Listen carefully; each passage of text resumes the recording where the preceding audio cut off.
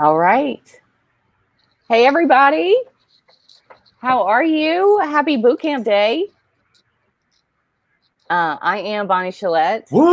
I am GEG South Louisiana. Yeah, right. I know. It's like early Mardi Gras. We're here. And then we have the lovely Rick. Would you like to introduce yourself? You see, now I can do the. Absolutely. I can do it. Like my name is Rick Ballou. I can do the pointing in the right direction. Exactly. I have these up here so I remember which is which. So yeah, my name is Rick Ballou, GEG Minnesota Metro area trainer, innovator, and super excited to get going on Bootcamp Level 2. It's gonna be great. Who's excited? I'm excited. Woo!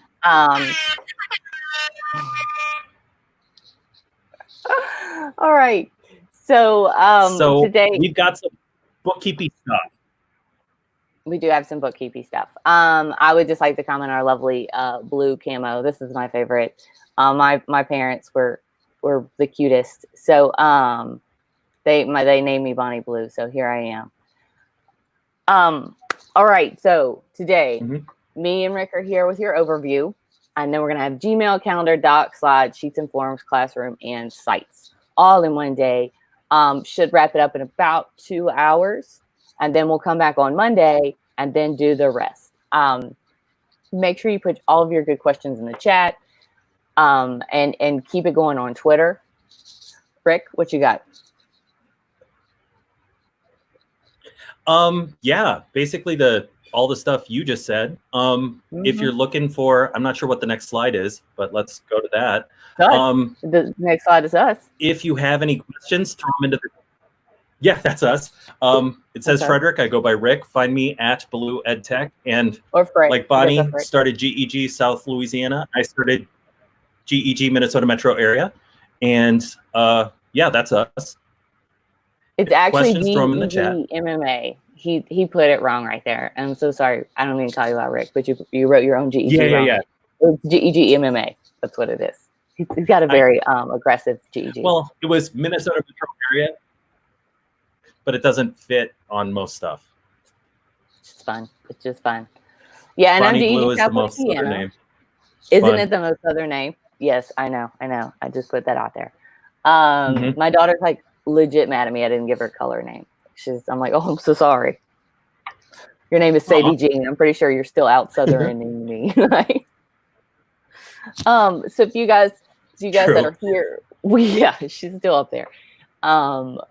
We have all kinds of resources on our website. You can access it at bit.ly/global-bcl2. You'll find the recording, tons of other things. Everybody posts there. And like I said, we'll have all this stuff on Twitter as well. You will not lose all these things. We're here to help. All right. And if you're looking for badges, whereas last time it was all about Leaderboard, this time it's all about them badges. If you want to earn some badges, you can go right over to https://bit.ly global GEG level 2. That's where you can get all the badges. And these were designed and they are amazing. And if you don't have these badges, you need these badges in your life. Make it happen. Oh man, Rick, that was like a really good rapper air horn moment that you missed it. All them badges. Turn.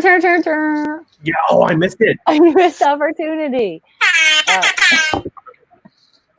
Well, we'll fix it in post. Keep going. Yes. For sure. All right. So our leaderboard winner, is this the winner? Are we making a big announcement here? It's a little fanfare. This is it. This is where we're standing. This is the leader. I know Crystal was up there for a while. Congrats to all our leaderboard participants. That was the most fun thing. But I think we ended up with Aaron Molden at the top with Crystal Hammers right behind all you guys. So that was incredible. So much participation. Congratulations. All the love, Aaron. Like I said, Crystal's been up there a while too, so I can't lie. Congratulations. So everybody, Congratulations. And no leaderboard, all about them badges this time. Yeah. Good job, Tara. On one of the coolest thing I think that Global GEG has adopted, other than our mascot Cora, is you can get grad credit for coming to this. And we actually have people that are presenting today that have already gotten grad credit. Just, so if you're at a district that gives plus 30, like if you have a master's plus 30 or whatever, you can get that just by attending this boot camp. Now, and I wrote my notes to make sure I can tell you in advance how you can get it. So if you go to this Wakelet, the lovely Dr. Sampson helps us with this. If you do 6 flip grids, tweet 64 times, or 32 screenshots, that will get you 1 grad credit. But you have to go to this Wakelet and do all the correct stuff. So go ahead and if you take 32 screenshots during this presentation, you can end up with grad credit. So I wanted to tell it to you in advance. If you have questions, type in the chat. But just super, super cool ways to earn grad credit. Just by doing something like this for free. Right. All right. We are here. Ready for Gmail. Anything else we need to talk about, Rick? Probably, but I feel like let's just keep moving. The people who are doing level 2 know level 1, so there's not a lot of hand-holding we need to do. This is like the second half of boot camp. This is where we tear you down. I don't know. I wasn't in the military. The point is, I can't believe that. You seem so disciplined. You got the skills. Now we're going to show you how to put them to good use and how to expand your knowledge with level 2. And so let's just get right into it. Exactly. If those of you who are about to take your level 2 today or tomorrow, just be mindful of that, like whole ProctorU criteria and all that stuff we've talked about with StreamYard. If you took level 1 as criteria using WebAssessor or Criterion, you still have that option. Or you can change to ProctorU. Both are still all open notes. And so while there were some massive changes, everything's kind of calmed down a little bit. So you still have those 2 different options to take the test. Yep. All right. And my recommendation is whichever one you did for level 1, do for level 2. Agreed. And we all have our own preference. I haven't used ProctorU. I one day I'll have to learn. Same. All right. So are we ready? Are we ready to talk some about Gmail? Yes, and we're ready. All right. Let's go ahead, and we will have the lovely Ben Moore, the world's youngest Google trainer. Dun, dun, dun, dun. Sorry, I did my own. I don't have a thing. I prefer yours. All right. Ben. Hello, Ben. Hello, how are we doing? All right. Are you sharing your screen? I'll share my screen, yeah. Have we got my co-partner here? Is she in the background somewhere? She is. Oh, okay. Here yes. Here Sorry. Hey, Kat. How are you? I'm very well, thank you. How are you? Happy early birthday. Thank Yeah. you. Happy early birthday. Birthday tomorrow. Yay. Who is the best about birthdays? That is. Finally, we can get rid of Abid's birthday. It's going over to Kat's now, which is good. Finally. All right. So yeah, Ben, if you share your screen, we'll put it up here. Yeah, it's shared in the background now, yeah. Oh, I see it. Got it. There we go. All right. I'm going to step back, and you guys, here you go. Brilliant. Thank you so much. Thanks for the intro. So, welcome everybody. We're so glad to see you back here today for the Global GEG Bootcamp Day 2. And what better way to start it than going with Gmail? So, there's 2 of us here today. We've got the amazing Kat Lehman here as well. We're going to do a little introduction on the next slide here. So, if I could say Cora, please.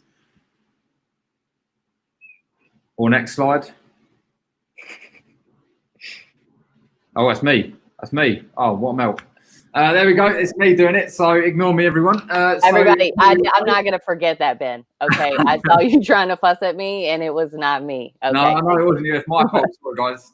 I thought I'd done something wrong then. I was like, oh my God, I already broken everything. It's me. I blame it on the internet or something. We'll deal with that later. So for those of you that don't know, I'm Ben Moore, and you can find me with on Twitter, Training with BM, and I'm from GEG UK. And as mentioned by Bonnie, I am the world's youngest Google certified trainer at the moment. So I will give a plug for that, and I'm really proud to do that. So do you want to introduce yourself, Kat? Yep, I'm Kat Lamin. I am not the world's youngest innovator or trainer, sorry. Definitely not, especially with my birthday tomorrow. I am a trainer and innovator based in the UK, and I run the mental health staff rooms for Global GEG. Yeah, and they're really good, guys. If you haven't been to one of those, definitely make sure you check it out. Right, so let's get on to our session then, Kat. So, do you want to share your screen, or are you just going to go through what's on the screen here? It's completely up to you. I'll go through what's on the screen there, and we'll take it from there and see if I need to share my screen. Okay. I should just warn everyone, I found out 20 minutes ago I was doing this, so if it's a bit rough around the edges, bear with me. So we're going to talk about some of the advanced settings in Gmail.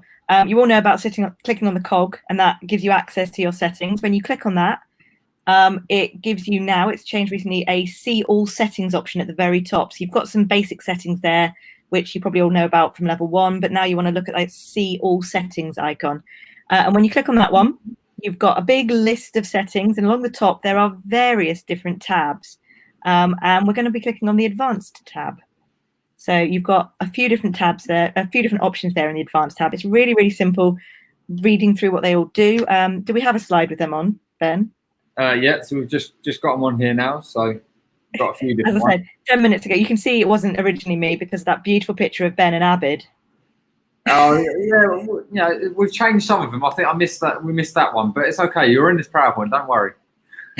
Oh dear. So the advanced settings are disabled by default. They're not turned on because they are meant to be for advanced users, but there are some really nice little pieces in there. So the first one in there, auto advance, shows the next conversation in your inbox when you archive, mute or delete, and decide whether or not you want to go to the next conversation rather than going back to the inbox when you delete. So that's just a little setting there.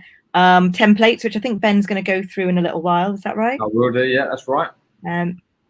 There's a few that I really like. So custom keyboard shortcuts, it does what it says on the tin. You can enable whether or not you want to be able to use some custom keyboard shortcuts, for example, to start up a new email. I quite like the right side chat near the bottom of it. Yeah.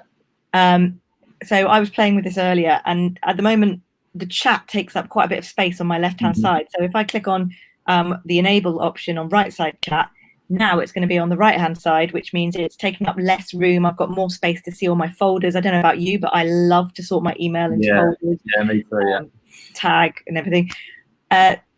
So, yeah, and it's really nice. And then the unread message icon as well. So I was a bit kind of like, what does that mean? What does it do? It's really nice. It's, you know, at the top of the tab where you've got your Gmail, it will give you an icon up there to show you what how many emails you've got. Yeah. It's really nice because if you're using lots of tabs, I don't know about you, but I'm a tab user. I always have half a dozen tabs open. I don't want to go back to my inbox to see if I've got an unread mail. So just having that little icon up there is really nice. Yeah, definitely. And I'll show when we swap over to the live screen in a minute. I'll show people that because I've got that turned on, so I can go through that. I've gone through those very, very quickly. So one of the big things is whenever you're doing any settings changes in your Gmail inbox, it's really, really important that you click Save Changes. Otherwise, they're not going to save. You might even get annoyed because you can't get off the screen. I've worked with people before that don't understand why it's not doing anything. You have to save changes, and then it'll go back to your inbox and just update with your new settings. Yeah, that's it. Okay, so did you want to hop in and show people this, or did you want me? Yeah, let me just bring my screen up. I'll back to the advanced settings there. Let me just. I had to fill the time with some bad jokes or something. Yeah, it's all right. I've got my screen open. Okay, so I need. There we go. Oh, there we go. The hostess with the most. I've got an empty. Oh, dear, you've gone to a robot. Sorry? You went to a robot there. What are you saying? Oh, flipping heck. At least I didn't say any rude words this time. Yeah, the potty mouth's coming back. I don't say rude. Also, my son went down for a nap 15 minutes ago, but did not. So you can hear him chatting in the corner. So you'll see I've actually got right-hand chat already open. It's on the right-hand side. So when I click on that gear icon, I've got all those basic settings, and then I can do see all settings. So I mentioned that you've got all of these tabs up here, and the one we're looking at right now is advanced, and that gives you these different options. So for example, if I enable unread messages icon, you'll see that save changes has now colored itself, so I can select it, which means I've made a change. And hey, maybe I'll enable auto advanced as well. I've got my right hand side chat enabled, so I'm going to click save changes there. And there we go. It does a little refresh to show you it's all working. Yep, absolutely. So just whilst we're on that, on your personal account, which ones do you use on your work account or anything like that? So I really like that icon in the top corner with the how many unread emails you've got.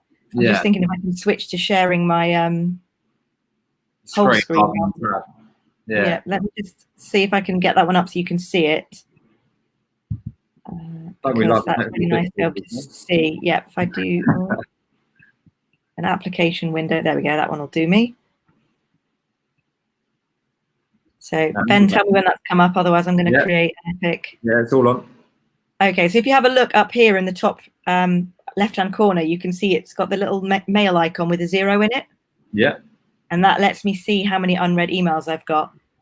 Unsurprisingly, it's 0 because this is an email I just used for forwarding purposes. But yeah, I like using that one. I think I'm going to switch that on some of my other accounts now. And obviously, as I said before, I like that right-hand side chat, because it's really useful to not have everything and to be able to see all those folders and easily access.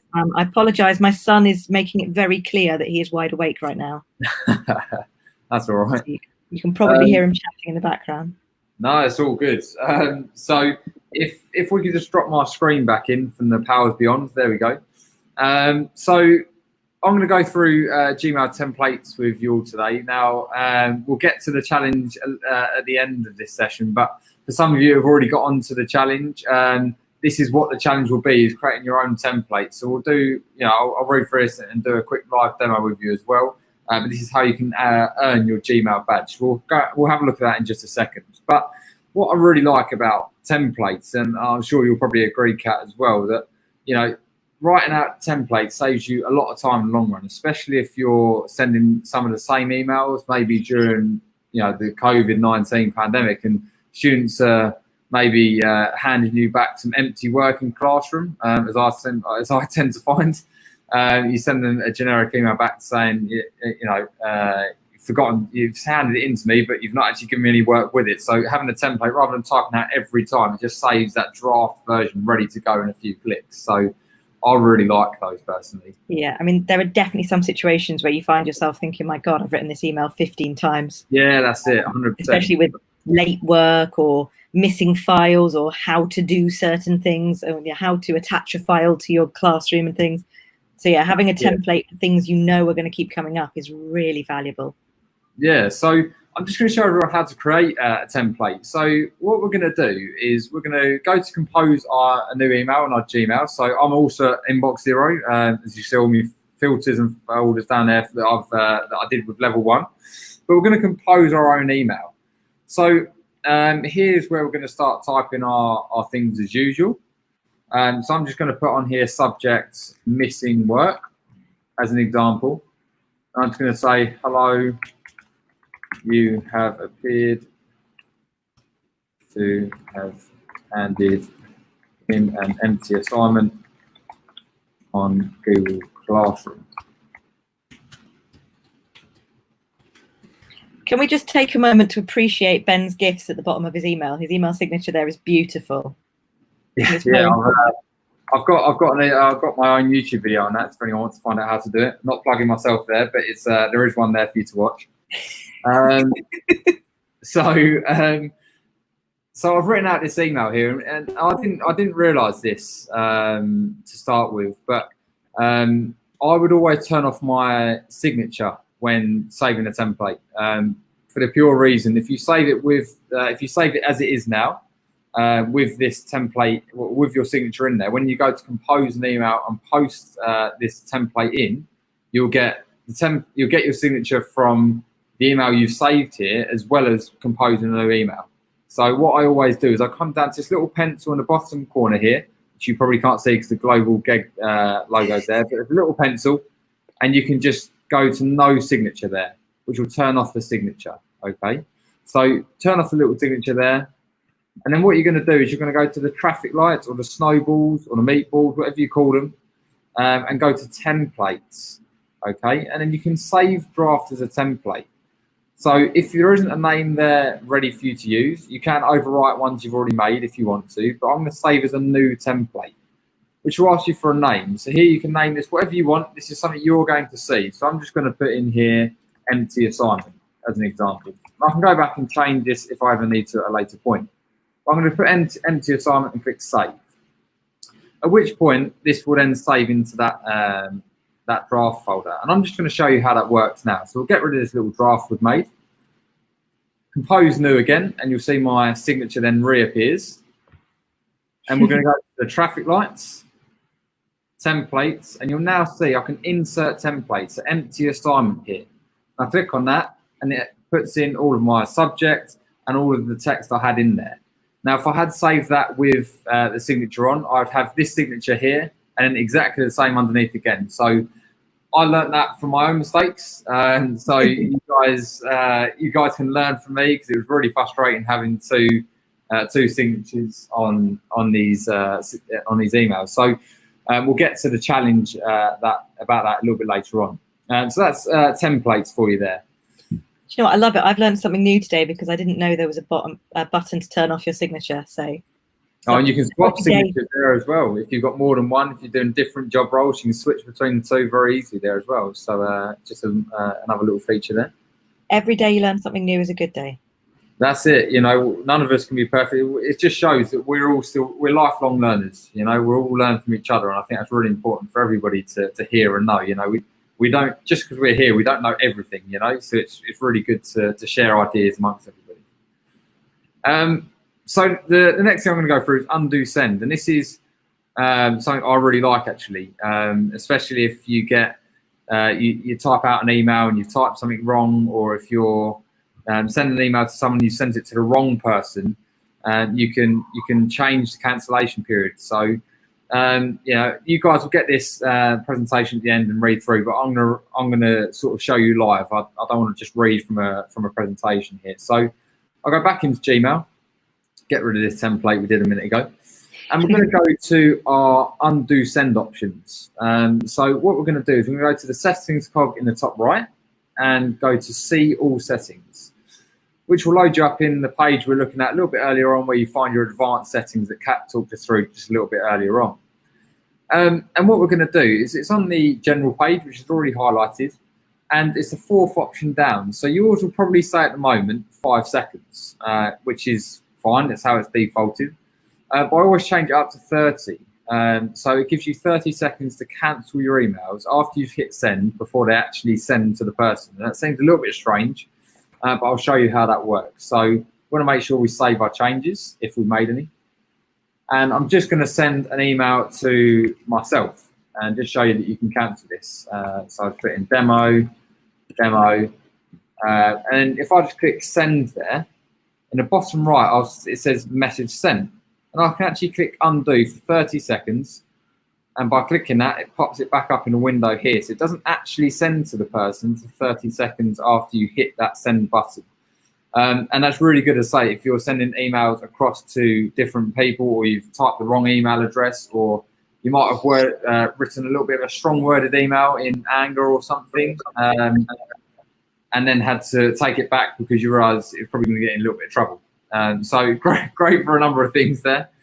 The other one is if you're like me and you accidentally hit send and send a half-written email, because I've probably done that about half a dozen times and had to recall it. That's it. And I just want to point out there, I've never sent a strong worded email to anybody. Just saying, it's just an example there as well. So bet you have. You're so rude then. No, I'm innocent, Lee. I'm innocent. I'm young. Potty mouth and everything. Yeah, that's it. So you're the most potty mouth member of Global GEG. Oh, I'm the underdog. That's what I am. Definitely. So, sharing extension. This is something you guys will probably get in your exam. So it's really important to have a look at how this is done. So there used to be a way of sharing directly from the Chrome Web Store. Sharing extension directly from the Chrome Web Store. Unfortunately, that's no longer available. So what we actually need to do now is copy the URL of the extension and send it in an email to somebody. And that's the sort of thing you're going to be asked to do. So I've popped on here about copying the link for Chromebook and for Windows, and also for Mac as well. So you just need to highlight your URL in the top box over here, copy that and send it in an email as a new email to the email address given to you in the exam. So I don't think I really need to show how to copy that, but use this slide as a reference for that, okay?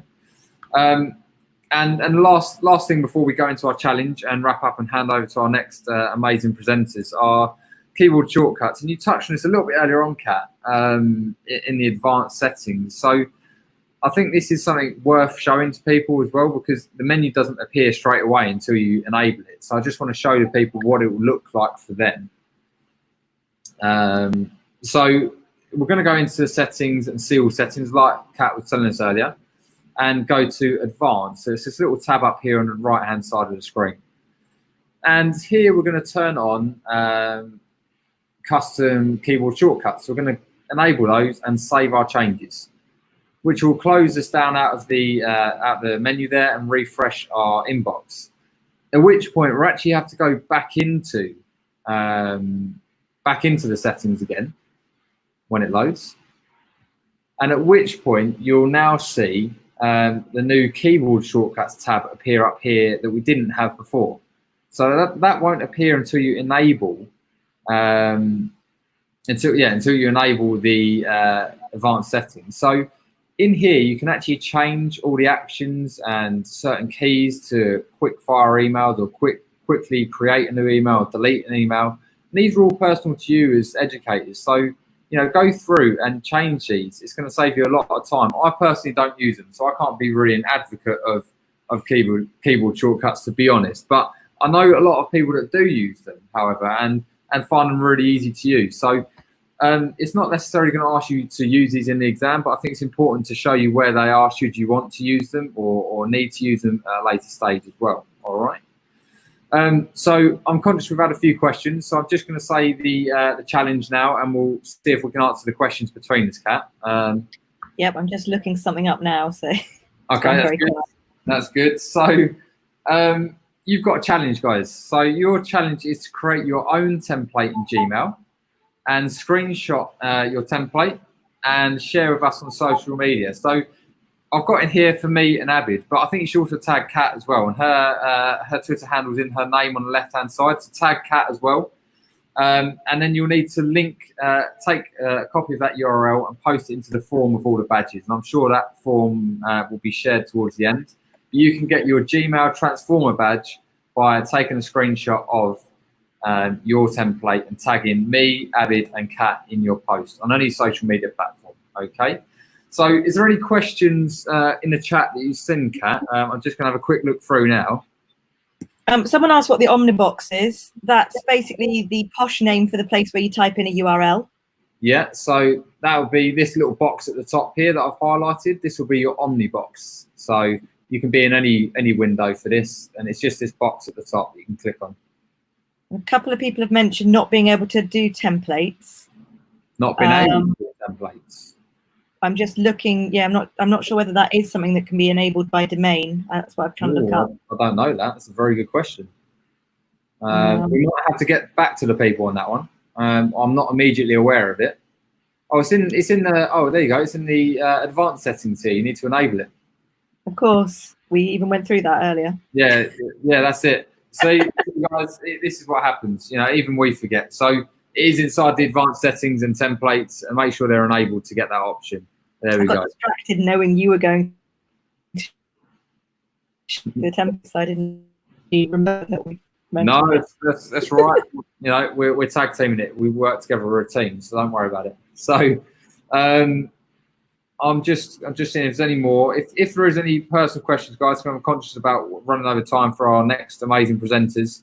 Pop us a message on social media, and we will.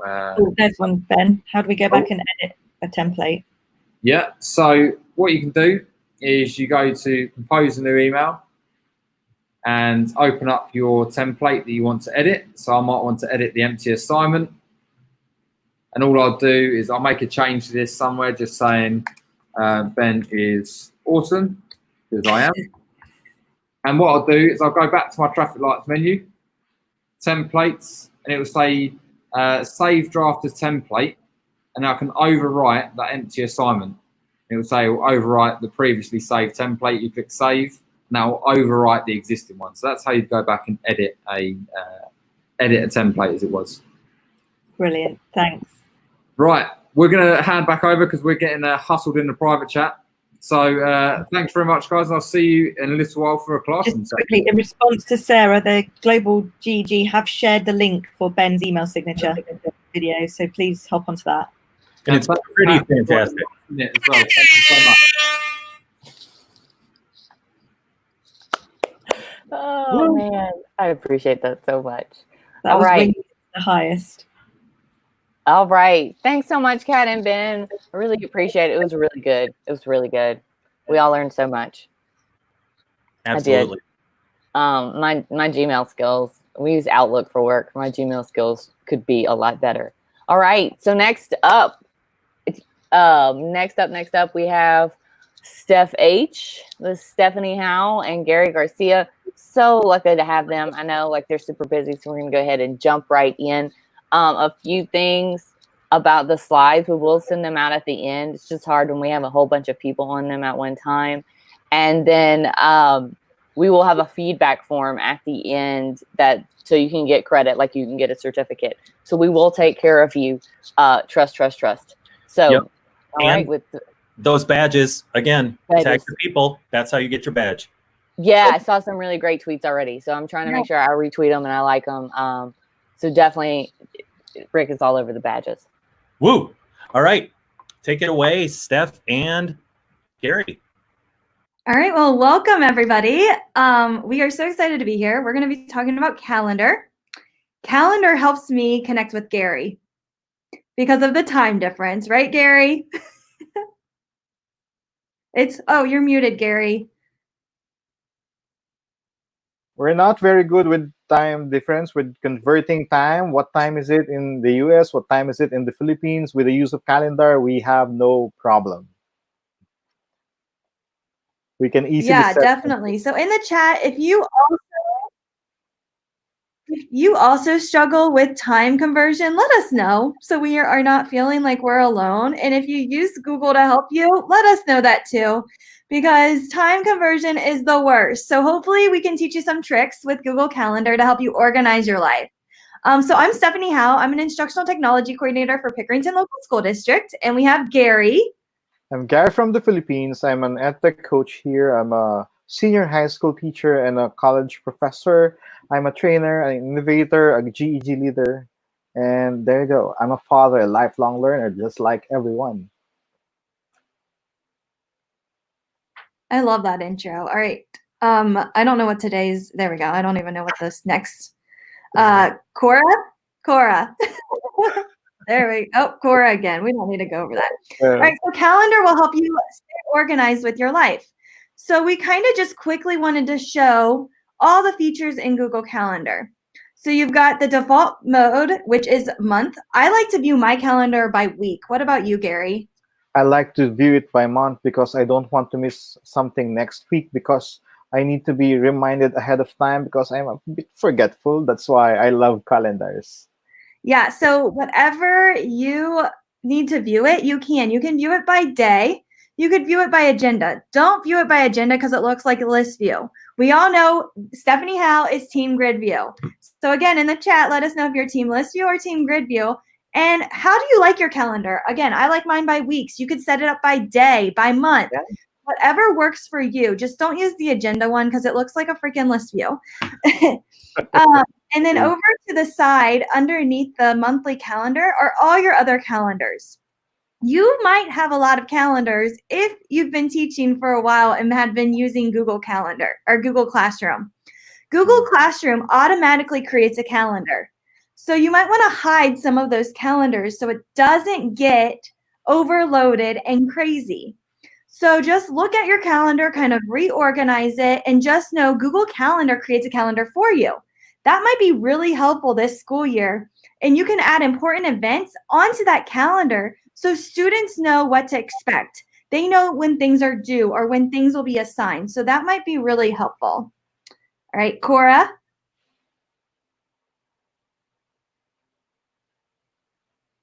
So again, here's just another slide that we're gonna, you'll have access to and you'll be able to see a little bit better once you have access to it, but it just kind of goes over all of the different features. So down below is where you can add descriptions. So right down here, you can add different descriptions. I like to do this because I like to add the agenda or some type of information. And so we're gonna kind of walk through some of these different features. Over here, you can add guests and all of that kind of stuff. So Gary's going to go to calendar.google.com on his screen, and we're going to go ahead and bring up Gary's screen. So Gary, Yep. go ahead and share your screen. There you go. Sharing it now. All right. So he went to calendar.google.com, as you can see, and we have our calendar. So that's how easy it's to get to. You can also go to the waffle. Do you want to show them where the waffle is, Gary? Here. Do you Oh, call here. it the waffle, Gary, in the Here. Philippines? No. What do you call the waffle's the 9-digit looking? The dots, the matrix. There you go. Oh, the matrix. See, we call it different things. Yeah. Okay, the matrix. So I call it the waffle. Apparently, that's not the waffle in the Philippines. Wait, do you guys eat waffles? I love waffles. Okay. That is why I'm looking for the hamburger. It's similar to that one. So there you go. The waffle is the Google Apps, the Google Apps launcher. Yeah, I even added our bit emojis and we have waffles and breakfast. All right, next, Bonnie. And so first thing we're going to do is we're going to show you how to add a Google Hangout link to a new event. So Gary's going to walk us through that. He has his blank calendar. I don't know how he has no events on this calendar. Okay. Yeah. Okay, so to create a new event with Hangouts event, we can simply click create button on the upper left. But if you're using an iPad, it will be on the lower right corner of your iPad. And then once you click those icons, you will have a quick view of adding an event. So, but I suggest you can click more options so you have all the choices, all the settings that you need. So let me make my screen bigger so we can have the title. So let's say meeting with global GEG. There you go. So we can just select the time and then the date and then how long. So let's say it's for an hour. So it will be from 10 to 11. And then let's say you want to have a repeat, or let's say this is a regular monthly meeting. You can do that by saying every fourth Saturday of the month. So there's a lot of options. So if it's not just one day or on a weekly, you can also customize it by, let's say, you doing it on every Monday, Tuesday, and Saturday, and then just specify when to end this kind of setup or a regular meeting, and then you click done. And then to add a Google Meet link, just click this button, this very, very friendly button, add Google Meet link, and then you will see you already have the button join with Google Meet. Now, if you want to share it later, when you save it, you will have the copy button. And if you want to be notified, let's say you want to be notified in level 1, you know that you have this one, you can add notification via email or via pop-up message. So pop-up message is using notification. So just identify the number of minutes, or if it's by email and you want it, let's say 2 days before the event, you just select 2 and then you select days. There you go. So you'll be reminded whenever you want. Okay. And then you also have other options like you can attach. This is what Stephanie was saying earlier, that you can add the agenda. So you can just browse your Google Drive and then, oops, let me close that one. Okay. So you can just simply add by clicking an attachment. And then let's say, for example, you want to have a URL, let's say, visit Google. Okay, so you can just highlight that, and then you press Command K or Control K from your keyboard, and then you have this pop-up box, and you can supply the link to visit. So let's say www.google.com, and then click OK. Or you may also use, it's the same as highlighting the word. So to create a hyperlink, first step is to highlight the word, and then let me undo this one, the link for this one. Okay, so let me edit this and then remove the link.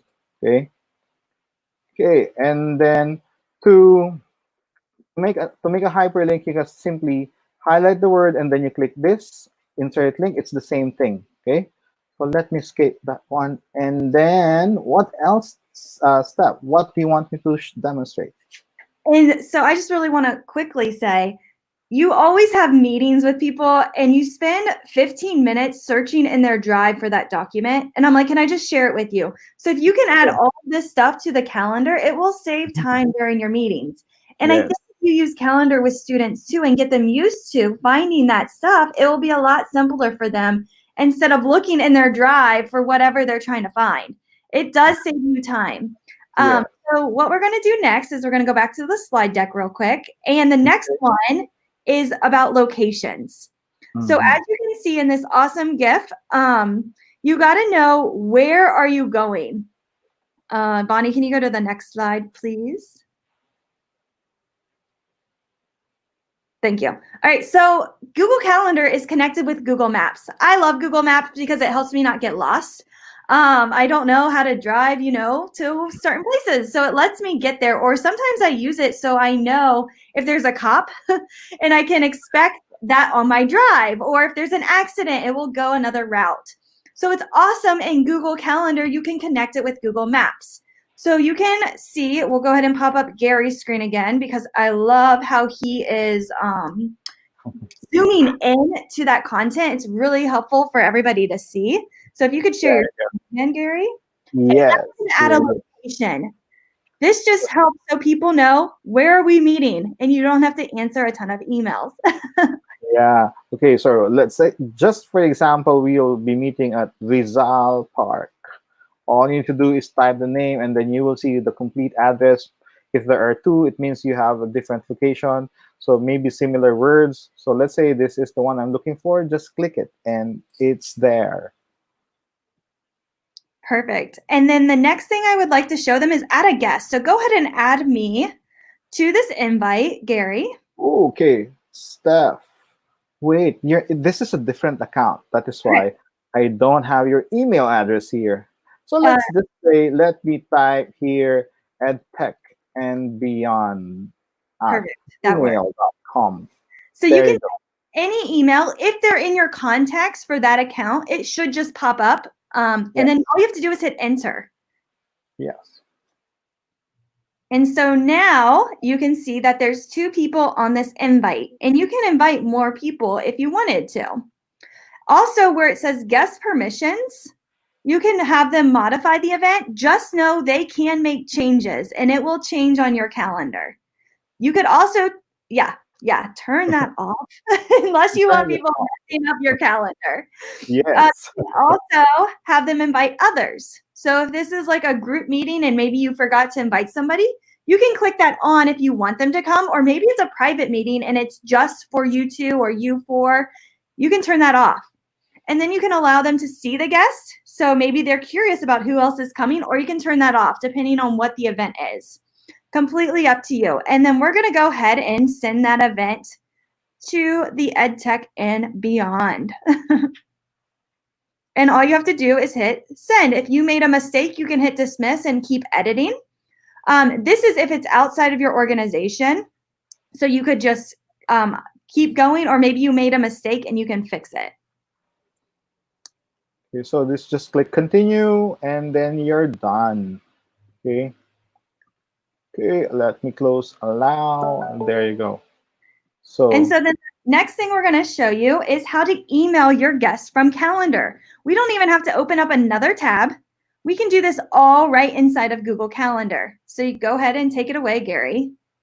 Okay, So to email guests, we already have emailed our guests when we click save, and then if you notice, there's a pop-up message, there's a button send, so they are already informed. Now, if you want to email the guests, you can also click this one, this icon, and then you can give a personalized message. There you go. Ooh. And sometimes I'll do this with reminders like, hey, just a reminder, we're meeting today. Don't forget to do this part first, or have this ready, or just checking in, how's things going. So it's super nice to use this email feature. Yes. And then you click send again. And then it will send them an email. Yeah. All right, we had a question earlier. Did you I would like to mention, Steph, that just in case you change your mind and you have to adjust the time, when you click edit and change the time, let's say an hour after. Okay, let's just say an hour after. When you click save, you will be asked automatically if you want to make changes for all the events or just this event. Let's say this event, and then you just click OK. And what's good with this is that you can simply click send to update the guest in the calendar, the email, the people who belong to that particular meeting. So they will automatically get updates when you change something. And then we're going to show them two more things. Appointment slots is one of them. And then another one we're going to show you is to look to see if somebody else like to overschedule and kind of look at their schedule to find opening times. So which one do you want to do first, Gary? The appointment slots. All right, let's do appointment slots. So go ahead. Once again, and then let's say meeting with Mr. Salvador. So let's say a parent, and then you just click appointment slots, and then you'll get duration. Let's say you specify, let's say 15 minutes or 20 minutes, and then you just click save, select the details, the date and the time, and then just click save. Now, if you want to add other options, same thing with the calendar event that we have created earlier. You can attach a file if you want to give them, let's say, a report about their child. So before the meeting, they have the idea what you're going to talk about. So just click there, just click save, and then we will have the calendar invite. The difference between the calendar invite and the appointment slot is the icon here. This is the symbol for appointment slot. So you can visually see the difference between the appointment slot and a meeting, a calendar event type of. There you go, the event. And what I love too about the calendar events is if you click that event, you can see what the kids see. So all you have to do is click go to this appointment page for this calendar, copy this link to your Google Classroom or email it out, however you communicate with students, and you can see right on the calendar the free times to meet with their teacher. Yeah. And then all they have to do is click meet with. There you go. And then all they have to do is they can say where. So maybe it's a Google Meet, maybe it's online, maybe it's at the park. And then they can write a description. Why are they meeting with me? It helps you know what to expect for that meeting. And you can see where it says what. It says meeting with, and then it has in parentheses Gary's name. So you know which student did this instead of trying to figure out like, who am I meeting with? It does all of that for you. And then all they would have to do is hit save. So that is how you do appointment slots. There you go. And then let's go ahead and show them how to find availability with another person that they're trying to schedule with. So remember how you used to have to play phone tag with people all of the time? Well, now you don't have to with Google Calendar if they use Google Calendar. So you're going to go ahead and create a new event.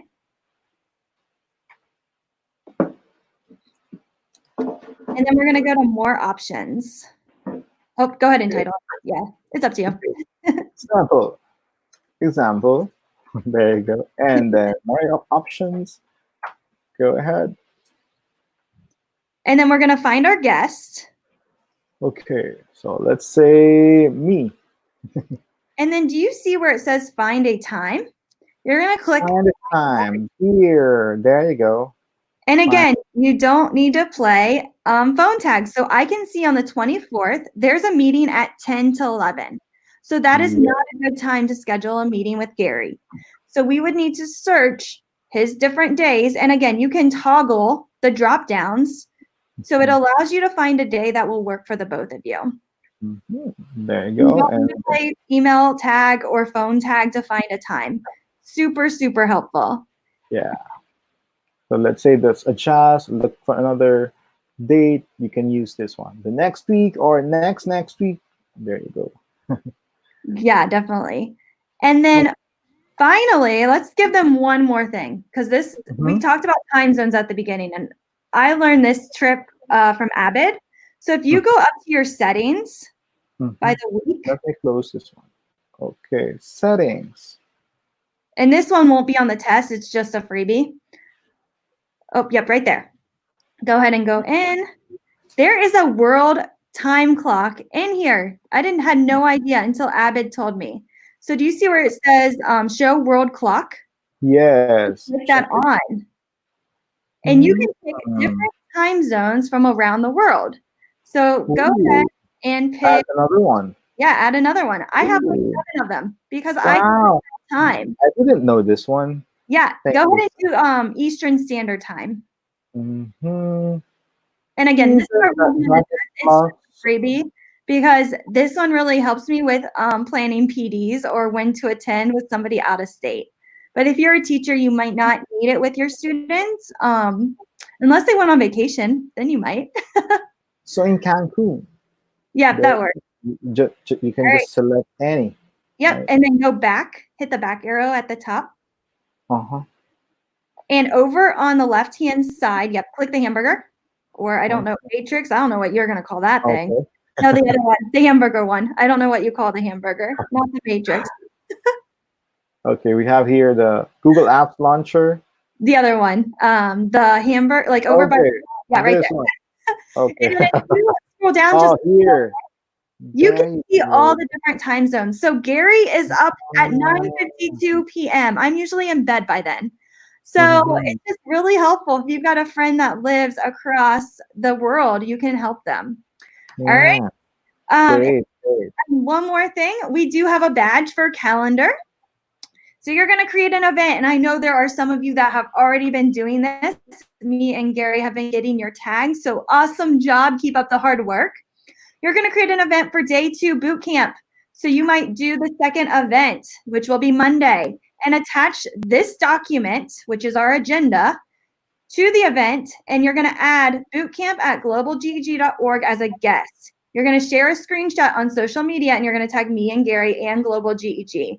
And then you're going to go to this link to add your evidence. So make sure you get your evidence into the badge system so that you can win that badge. You guys can do this, and we believe in you. Yes. Awesome job. Easy. I was like, bye, Gary. Oh, wait.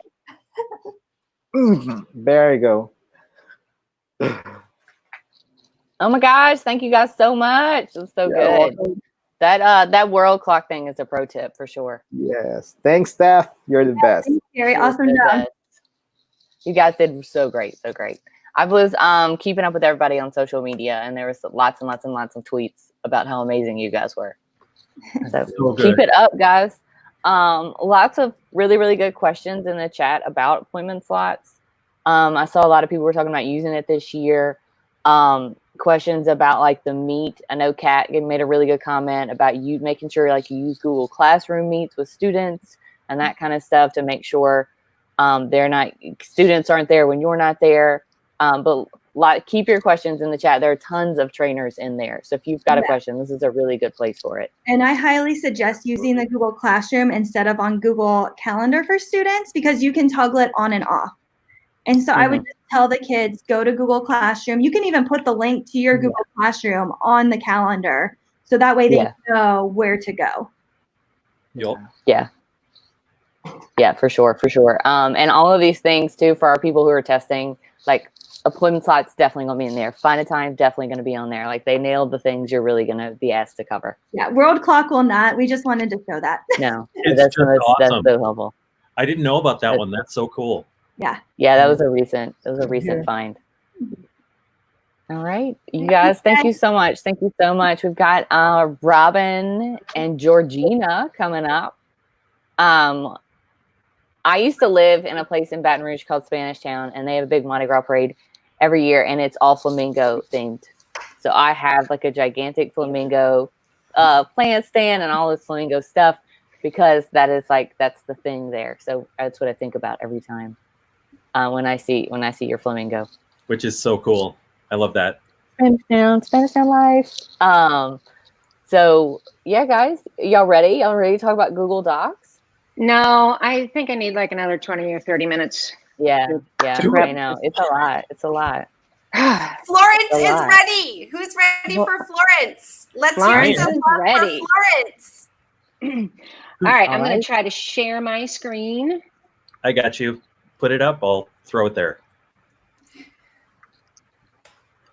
Oh.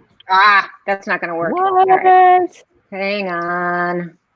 All Who the can tabs. see Florence in Robin's background, guys? This is pretty cool. This is my favorite thing. Yeah, let's have some Florence the Flamingo love in the chat. Yes, and put it, like I said, I'm hopping off, and I've been making sure I kept up on Twitter and stuff, and they've got so many good things. All right, guys, I'm gonna let you have it. Everyone loves Alrighty. Hi, everybody. I am Robin Larrabee from South Florida. I'm GEG leader, founder of GEG South Florida.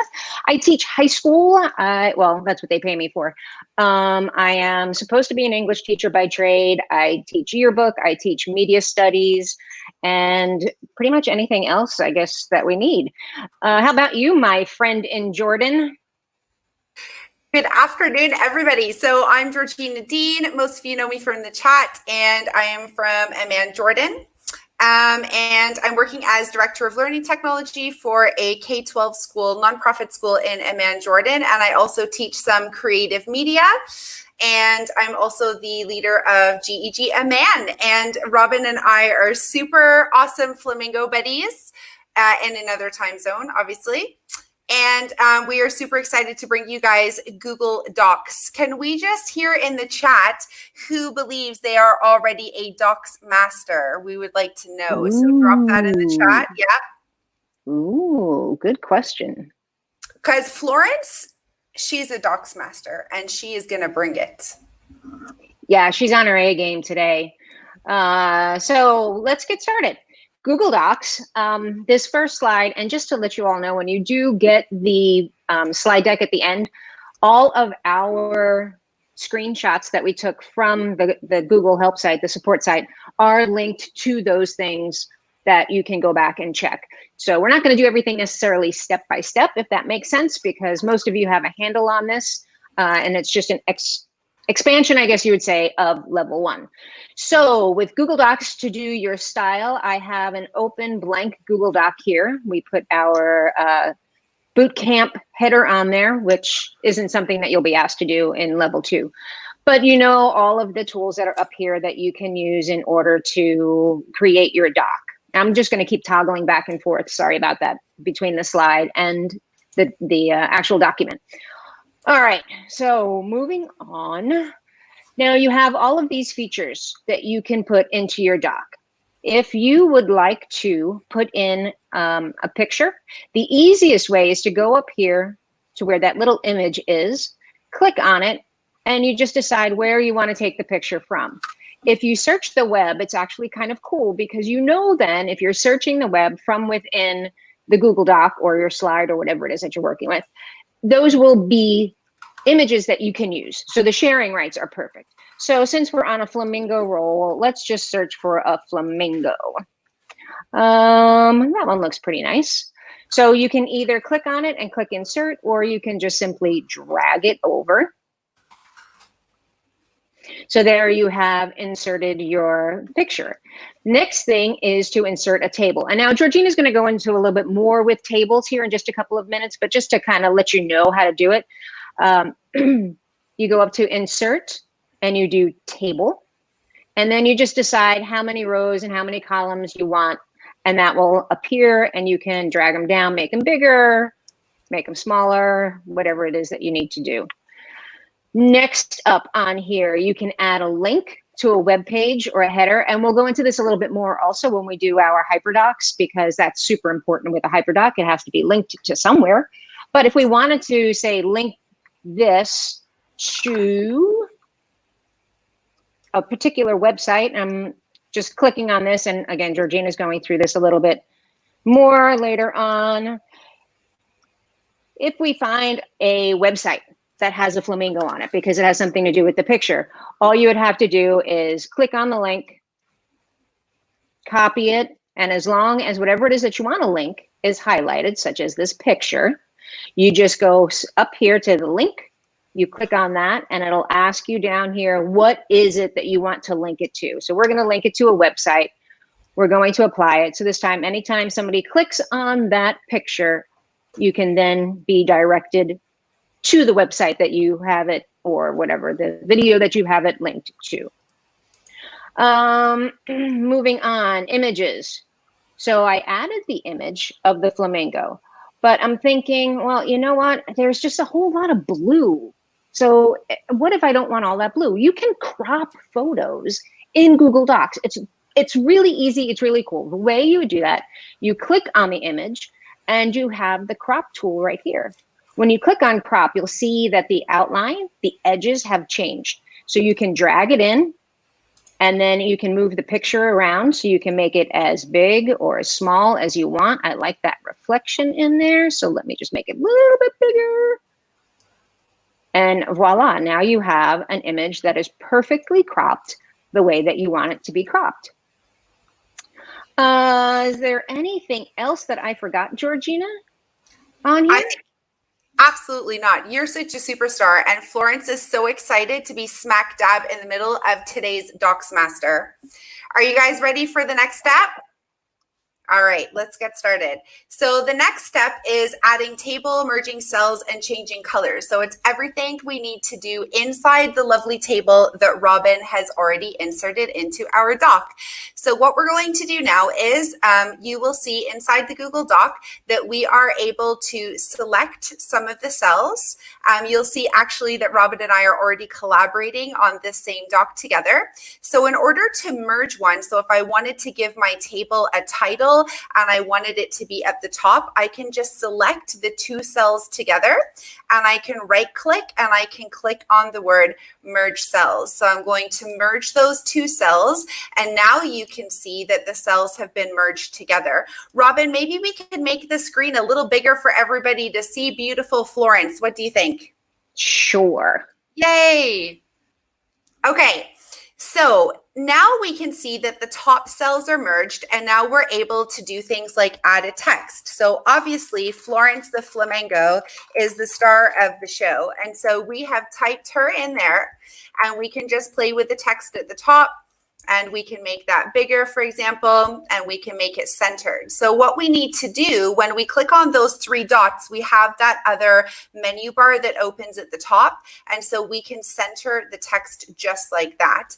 And what we can do is we can actually change color of the text cell. So in order to do that, we can highlight the text, and you'll notice that the entire cell is now highlighted. I think it's pink on Robin's screen. And we can go up here to the paint can or paint tool called background color, and by clicking on the arrow we can add a different color. So since Florence is so awesome, I'm going to actually turn the back of the cell black. You can choose any color, and then I'm going to select the text, and I'm going to click on the text color, and I'm going to select pink for Florence the flamingo. So you can choose your colors for your backgrounds or for your texts, however you like. I'm actually going to make that a super bright pink like that, and I'm going to make the text just a little bigger. You can do really cool things as well with your table, and you can take images. So if I now take that image and I can now put it inside the cell, and now Florence, along with the embedded citation for Robin's image, is now actually located directly inside my table. How cool is that? Did you guys know? I love it. I know. I want to know in the chat if everybody know you could add images inside a table. Please let me know in the chat. Okay, so now other things you can do, if you wanted to add another table, for example, you could just highlight or click inside one of the cells. By right-clicking, you can insert a row above or below. And so you can also insert a column below to the left or to the right. So I'll go ahead and insert a row below. And then if I wanted to add another column, I can go insert column to the right. And now you can see that I'm actually making my table bigger. Just remember though that your title that was merged at the top now has an extra box. So don't forget, right click and click on merge cells to make it all together. If you wanted to change the background of a cell, you could also, the background color, you can also do the same thing and go to your paint menu and you can change them different colors like this. So it is a super awesome way to get googly, play around with those colors. If any of you are joining any book studies, I love to play with colors in my tables. Remember too that if you have tables and you have images, you may need to move those column sizes over, or like Robin showed you earlier, resize your image so that you can make everything fit super nicely together. Okay, I think we covered the merge cells and tables. Robin, what do you think? I think you did an awesome job as usual. We added a table, we merged them, we changed cell colors. One really great way to use this is if you're going to do a hyperdoc, which again, we'll show you at the end of our presentation, but it just makes it more interesting. You know, we have text. Nobody likes to just look at text. And I hate to say it as a yearbook advisor because journalism is text, but it seems like we're really kind of moving away from that. So to be able to add these tables, to change the colors around and play with your fonts within that table, it just makes it so much more appealing. I don't know how you feel about that, but that's just how I feel. Absolutely. And everybody should definitely go back to school with a GEG Global Bootcamp banner on their hyperdocs, guys. So make sure you download that. Yes. So now if I wanted to share this document and notify the person that I'm sharing it with that I have in fact decided to share the document, that's real easy. Back on our document, all the way up at the top here where you click share, of course, like you learned in level 1, then I would just put in the email.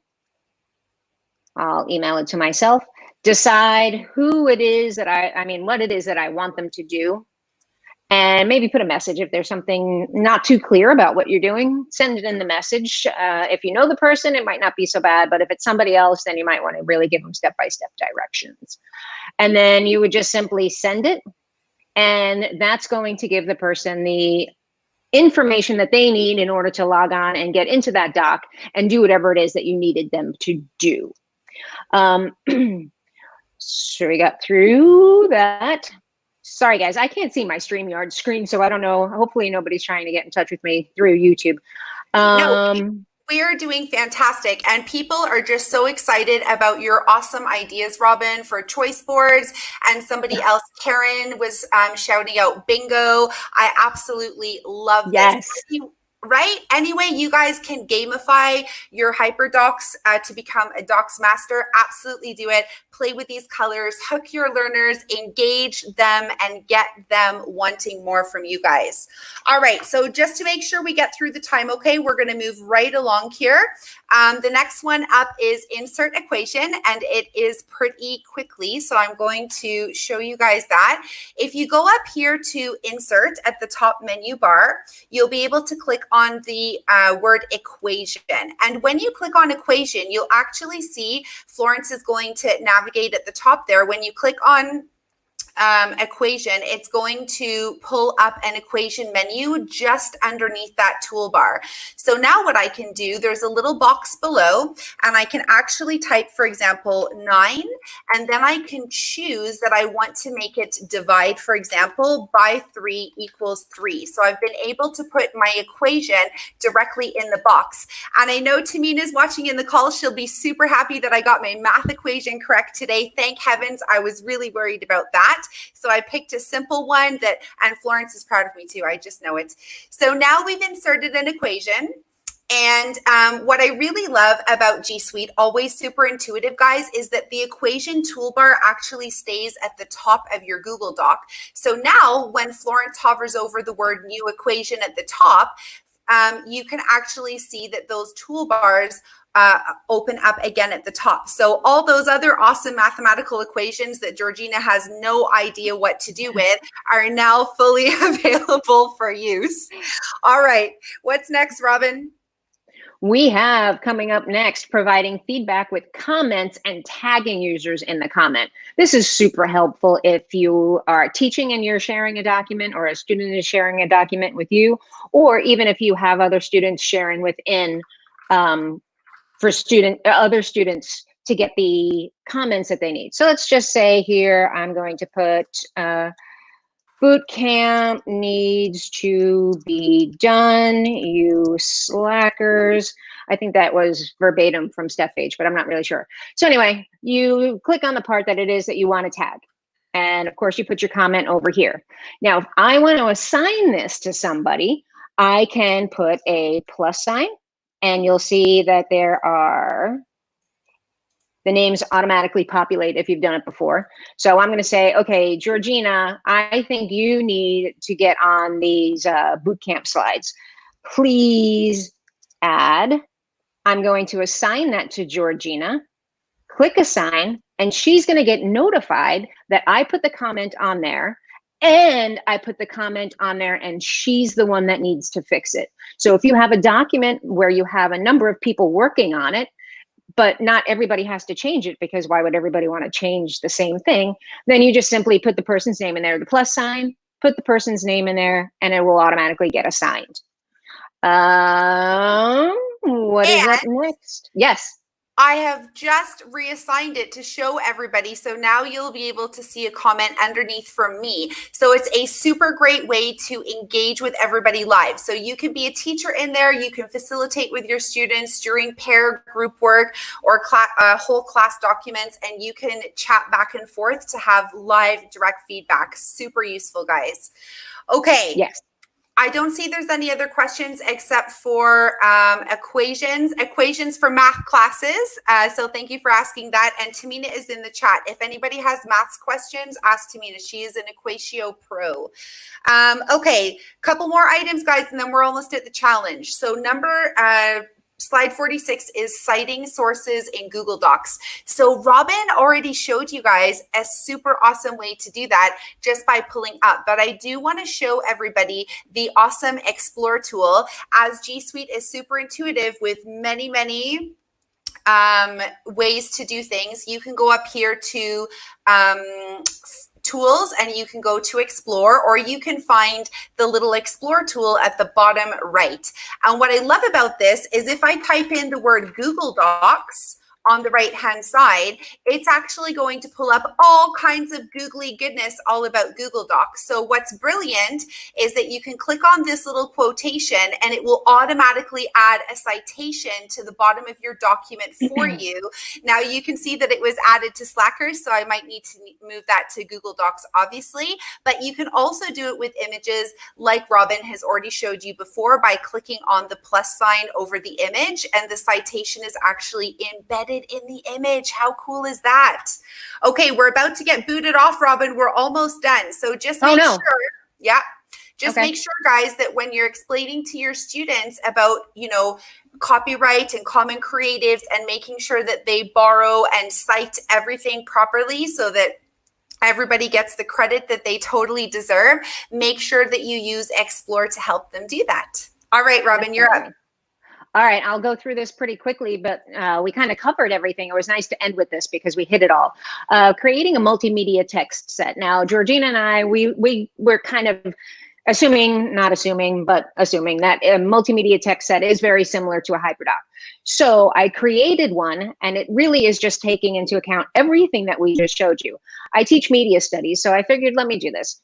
5 master edits. So now I have made my table, and I have put colors in it because, of course, it's more appealing. But then on each image, it takes the student to do something else. So here I linked this because it's a read and watch, an ed puzzle, so that the students can just click on that, do the ed puzzle. Apply. So here I added just a little quiz. So they can watch this video on ed puzzle, and then they can apply it by using the quiz. And then they're going to create. So this is an assignment that tells them exactly what it is that they have to do after they've learned about all of these camera angles and the 5 master edits. This is their assignment to go out and to do it. And then to share it, I linked a Flipgrid in there so that this way they can upload all of their 5 master edits. They can put it in the Flipgrid, which I would then share later on. And then they critique. They have to go back and critique their other, the other classmates' work. But that is basically how a hyperdoc works. And it works so well because it really gives the student the ability to learn at their own pace. Because if they're learning at their own pace, we all know that we're not homogenous. There are kids at every level, so some work faster than others. So this really gives them the ability to get through it as quickly as they want to, go back and revisit things, or take as much time as they possibly need to. So it works out well. Anything, Georgina? Are we out of time? I was just commenting in the chat how much I love that. All about personalized learning experience, guys. Your students are going to love hyperdocs, so get all over that. Wanted to take you back to the slide deck to Robin's awesome multimedia text image. Underneath, we have given you guys some googly goodies. Absolutely. Each of these icons accredited to the Noun Project are embedded with different resources. So from hyperdocs.co, not our resources, but resources used by many teachers all around the globe. Ditch that textbook. Shout out to Matt Miller and his 25 hyperdocs ready to use in class, actually by Kyla Mura from Ditch That Textbook as well, and some other resources. So check those out, guys. If you click on the icon, Robin, maybe Florence can click on it and show them that there are resources embedded in each icon. Awesome. Okay, are you guys ready to become a docs master? I want to know in the chat who is ready. Let's show them the challenge, Robin. All right. Where's Rick with his awesome sounds? I love that today. What an amazing guy. Come on, man. So where's our drum roll? Okay. Yeah. Okay. So in order to get your Docs Master Challenge, guys, you guys need to create a simple googly hyperdoc. And we already had some pro stars tagging us on Twitter since a few days ago. So if you've got an awesome hyperdoc ready to go for back to school, please tag it on Twitter. Tag Robin, Larrabee, myself, Techie Leader EDU, of course, Global GEG, Florence the Flamengo, and Docs Master. And we will be waiting for you guys. And all right. That's it, Robin. Great. Yay. Great job. That was so good. I'm blown away. It was so good. It was so good. Thank you, ladies, so much. Thank you. Yeah, and definitely, like, when you're taking that level 2 exam, I mean, that's all the stuff, like, she nailed it. Like, you know, multimedia text set, like, that's all stuff you're gonna have to do, and just like that. So for sure it all came together. It did. Thank y'all so much. We're gonna have Melissa and Patrick talking about slides. They're the funnest. There's Melissa. There's Melissa and Patrick, my GEG winners. Yeah. All right. So you guys ready to teach everybody about slides? I haven't seen any questions I need to pop in and answer.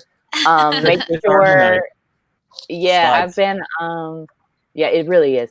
I've been watching the Twitter. So lots of people putting amazing selfies, tagging all this stuff. Fantastic.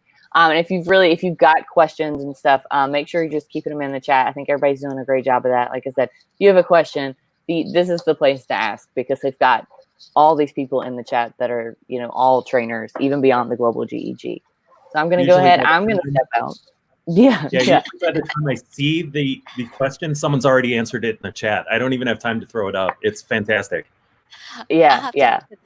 And All slides right. is my favorite. Oh my goodness. Okay, slides my favorite. Melissa, are you sharing your screen? Oh, I will. Yes, I will do that. I just want. I can do it. I've just just checking. Okay, let's see. All right, let me see where we are. All right. Bam. All right right. here. I'll be around, right, everybody. You are in good hands. All right. Yes, I'm so excited. I know Patrick is too, because slides is my favorite. What about you, Patrick? Do you use slides a lot? Absolutely. Slides is one of my favorite things because of the versatility. Hopefully we will show people a number of things that aren't just a slides presentation, because slides goes a whole lot farther. Yes, you are so right. All right, so let's go ahead and start. My name is Melissa Summerford. I'm an instructional technologist. I'm a Google trainer, and I just got into Google Innovator program. So I've been living in the clouds right now. But that's a little bit about who I am. Now, Patrick, talk about yourself. So I'm Patrick Hausman. I can be found at phausedu.com. My Google Innovator project from LAX 18 is actually a nonprofit to help schools at unisonedu.org. And the badges you see on the screen are some of the ones I got. And by no means am I the leader in global GEG either. So you might see a number of them, but no, I am definitely not the holder of the most. But I put those on there so that if you see something on there that you're looking to go towards, send any of us a line. We're more than happy to make you or help you get to those different steps, even up to innovator, trainer, some of those ambassadorships. But yes, definitely happy to be here and help out. Hey, because it can happen. Like, I remember taking level 1. I was like, I'm just going to be level 1. And then I was like, well, maybe I should try level 2. And then as I kept going, I was like, maybe I should try trainer. Oh, I'll never be an innovator. Like, I thought that was not possible. And like, I want to say, yes, follow your dreams, because it is possible. Like, I am like an example, because I never thought I would do this.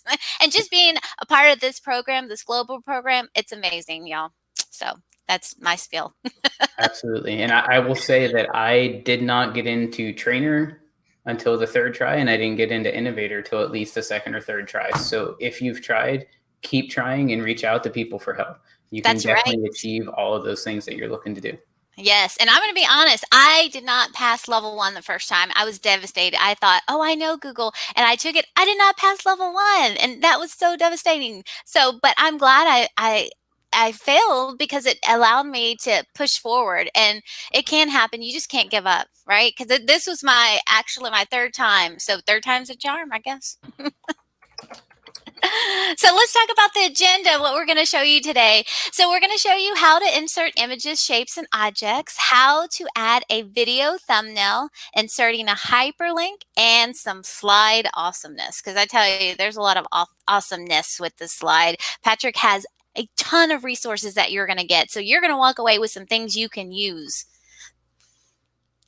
All right. Whenever I present, there's a ton of links. So there will be tons of things for you to come back to. This I saw and I was like, oh my goodness, Patrick, this is amazing. They're going to love this. All right. So let me show you. So I'm going to show you about inserting images, shapes, and objects, and how you can do that. There's 2 ways to do that. So one way you can do that is you can go to the insert and then go from image here.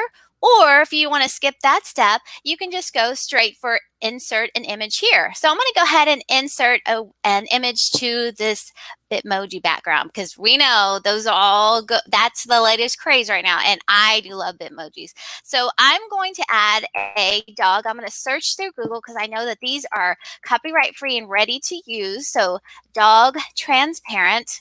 All right, so there he is right there. I'm going to grab one so I can add a dog into my Bitmoji background.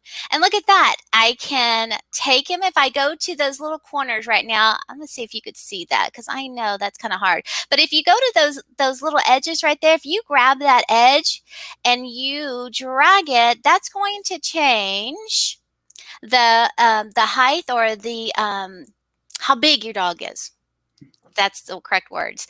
So there he is. I'm just going to grab him and that's a big dog still. Let me make him a little bit smaller. Okay, so now I have my dog in there. That is how you insert an image. So right here, insert image. And what I did is search the web. So I got an image in there, but how about a shape? I need to add a shape to my classroom too. So I'm going to go to the shape button, and that is, I'm going to pull that up so you can see that. That is right here. You can also go to insert shape here, but I'm going to use this quick tool right here. So shape, and I love hearts. People say I have a lot of feelings, probably do, too many, and I tell everything. So if you call me and talk, I'm talking to you for an hour. Can't help it. So anyway, so there's my shape. So I'm going to draw in my shape here. There he is. There's my shape right now. But we can't have a white heart. I want a pink heart because pink is my favorite color. So let me go ahead and get out of that because that was confusing me. Okay, so there's my heart right there. So I'm going to make it, let's see, there's pink in there right there. Uh-oh, what happened? I didn't change my pink heart. Let's try it again. All right. Of course, it happens when you're live, right?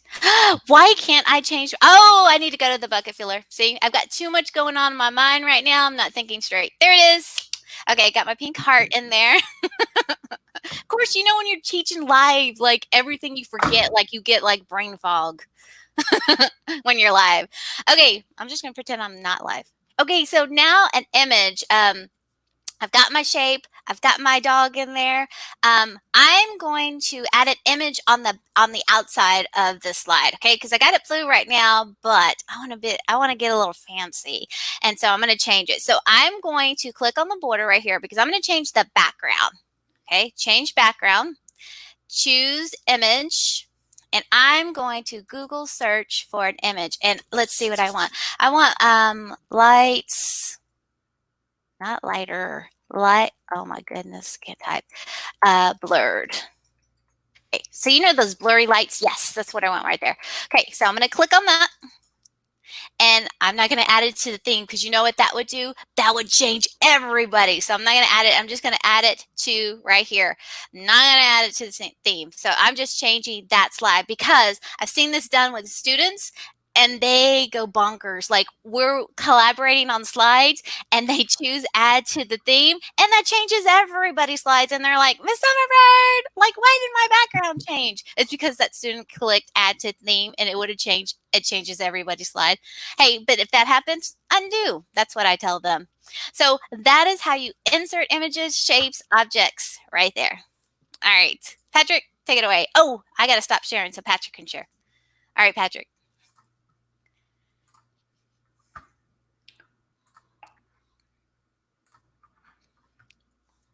I believe my screen should come up here in a second. There it is. Perfect.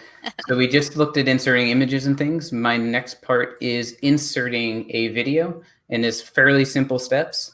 You want to come up to the insert menu up at the top, and about the fourth one down is going to be your video option. Once you hit that, you can search YouTube live on this screen. And a good standby normally that I go with is Abe Lincoln. Usually doesn't return a whole lot of inappropriate things. If you remember back, there was a vampire movie about Abraham Lincoln. Probably not a true story, but you got some of that when you Googled it around that time. As a side note, my second standby was Cats. But when the Cats movie came out with the animated people CGI'd into cat people, also some creepy results. But I digress. You can go ahead and click them, insert them from here if you wish. A lot of us probably already know the YouTube video we want to bring in. So you could paste your link in, or you can get out to Google Drive. And it's going to fairly nicely bring up just video files. So you'll notice I'm not seeing any of my other files, any of my images, things like that. I can also get to shared drive, shared with me, and recent. whichever way you want to bring in. If I wanted to bring this video in, I just click it, hit select. It's likely going to come in and be pretty big, so you may have to go ahead and adjust it, just like we did the image when Melissa brought that in. After that, it is on your slide. You are good to go. But you'll notice when I inserted it, I also got this sweet little side panel for format options. And some of the things that it allows you to do here is start and stop that video at exact times. So maybe you don't want to play the entire YouTube video. Maybe you want just a little piece of that large Abraham Lincoln video. You can go ahead and do that here. You can also choose whether it auto plays when you present. You can mute the audio. So maybe you didn't make a GIF, but you want it to play more like a GIF without the sound. Go ahead and mute the audio, and you essentially have made that video into a GIF. And we won't go through all these, but you can also change the size and rotation. You can set the position exactly. And one of my favorite things to do is go ahead and add drop shadow to give that video a little bit of depth. But those are the quick and easy steps for how you can add a video in. And then, of course, how you can do a couple tweaks to make it work the way you want it to. And Melissa, I believe we're back to you for some inserting of hyperlinks. And Patrick, I love that aspect that you can start and stop the video, because you may want just a small clip for you to share for your students. So I love that it has that, so it's not playing the whole thing. Or even if you just want like a sound, like an introduction sound, you can just play that piece. It's amazing. I love how you can do that. Absolutely. And we all know, and I will attest that I am in this crowd, attention spans are getting smaller and smaller. You're so right. Please don't throw a 10-minute video in there. I'm probably not even going to watch it. Right. Exactly. If we can't watch it, are our kids going to watch it? No, they're not. Even though you think it's amazing, right? Or we think it's amazing. All right. So let me share my screen again. So we're going back and forth. Sorry, but that's the way it is. Teamwork. Yep, that's right. Let me see. Oh, I got to share it. They're probably waiting like, well, you're not sharing it. There it is. Sorry about that. Okay, now I'm back up. Okay, so inserting a hyperlink. So a hyperlink is just a way that's a quick way, a path to something else. So I'm going to go ahead and insert a hyperlink. And since I'm talking about Bitmojis, I found this awesome, fun Bitmoji fun and how you can use it in the classroom. So why not insert that? So let me go back. So here oh no, where did I go? Here I go. Sorry about that.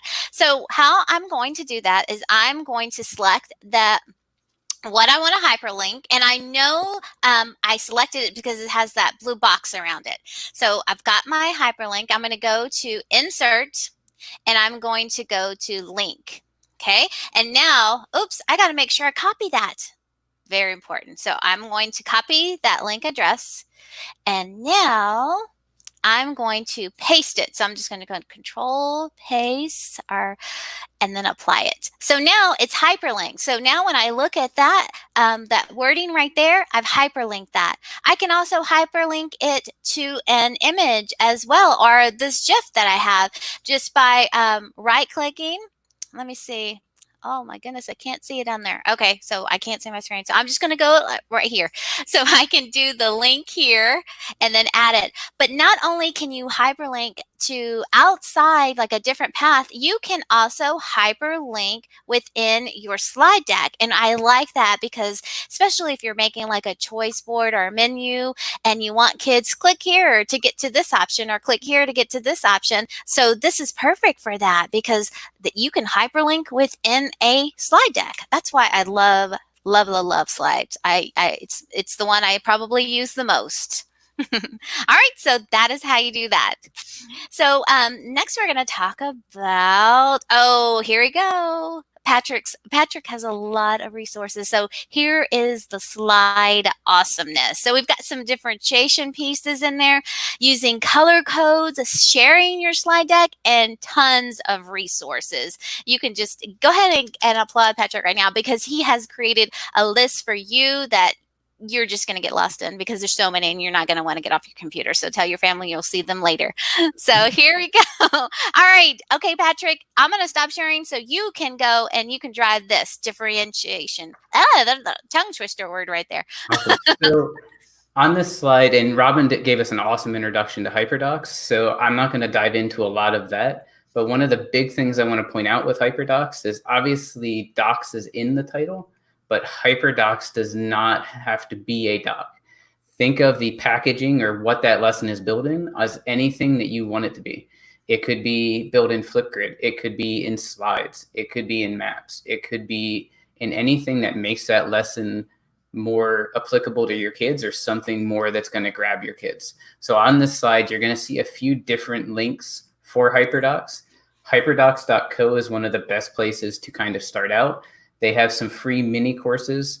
If you go to the Find tab at the top, you're going to get templates, samples, and a ton of different things. Because in the spirit of hyperdocs, the vast majority of them should be open for you to go up, file, make a copy, and tweak, and go from there. You should never really have to start from scratch unless you want to, or your topic is kind of so precise that you need to.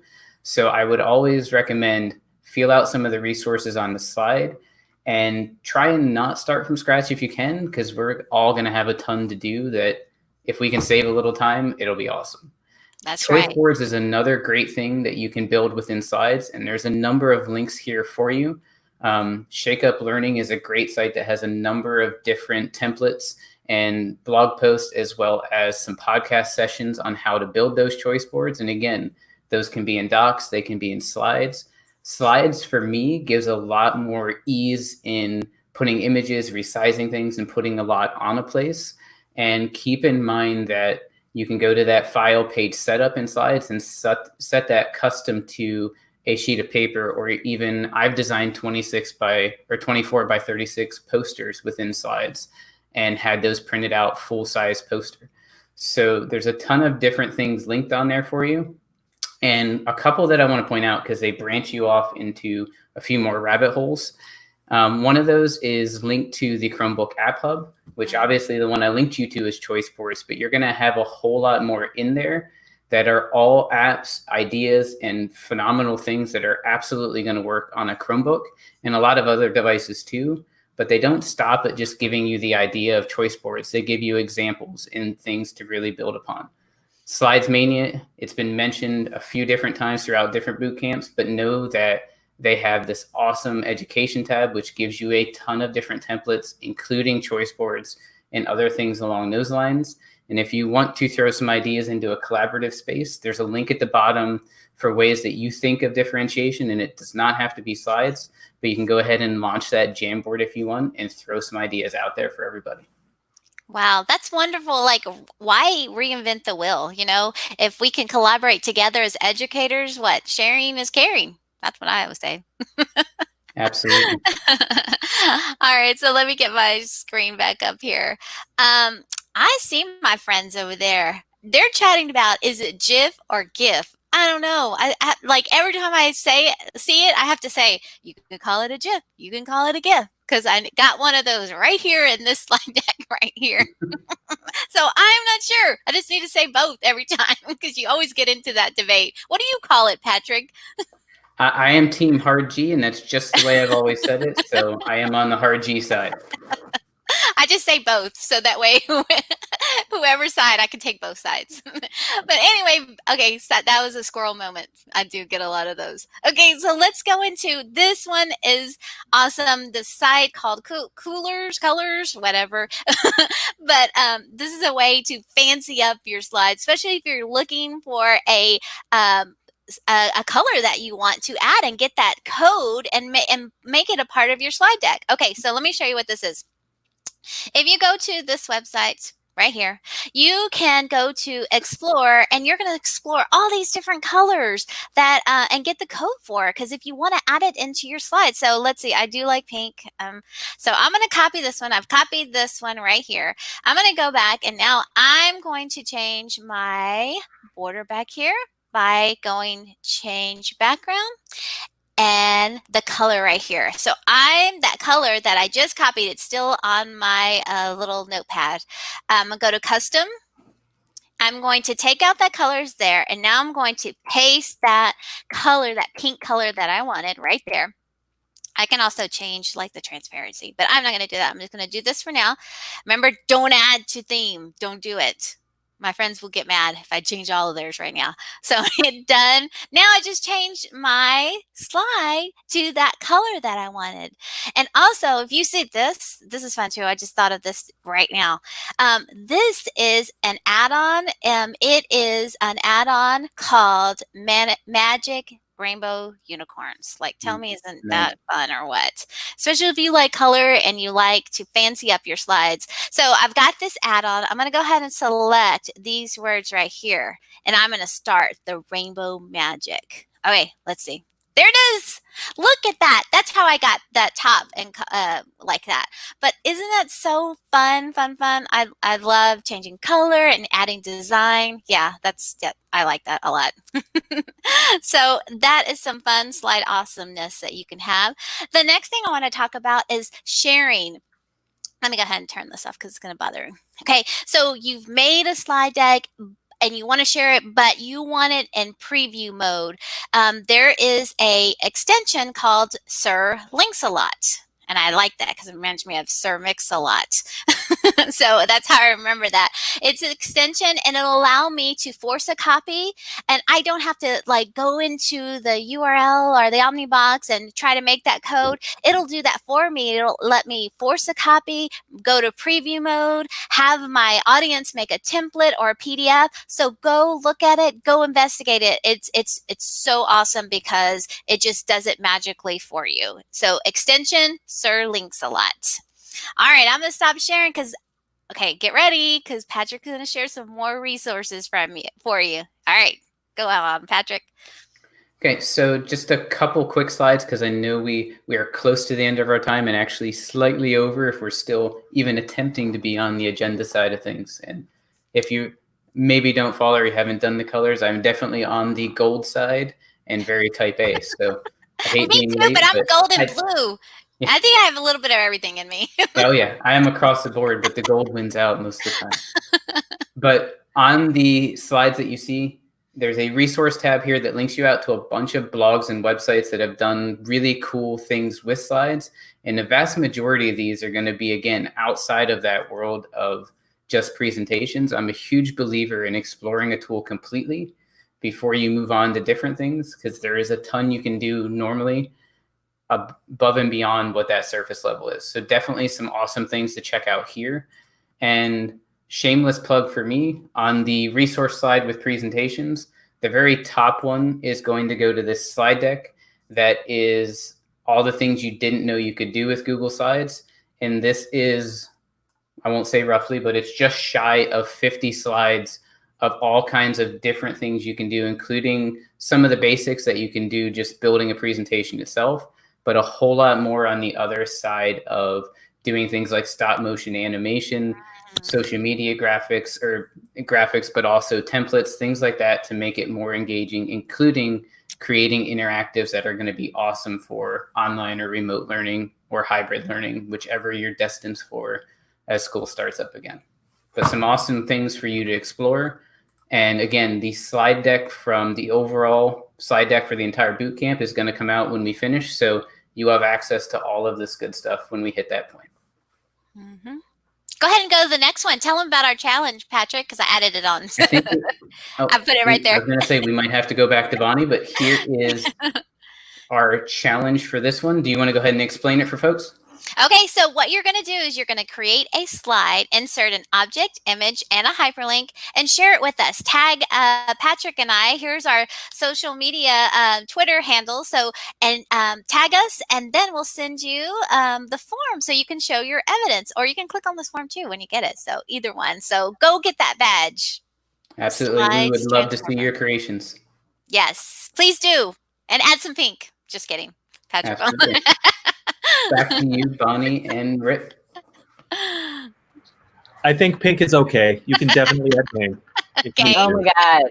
Melissa's the nicest person in the world. She's like a real life Care Bear. Like it's too many emotions. It's so many feelings. Like I don't even. My friends always make fun of me because they don't have any. So I had mine removed. I know. Melissa, and I love Magic Rainbow Unicorns. It's an extension for docs and slides. There's so many cool slides add-ons. I like Paletti. I don't know if you've seen that one that like makes it. No, I haven't heard that one.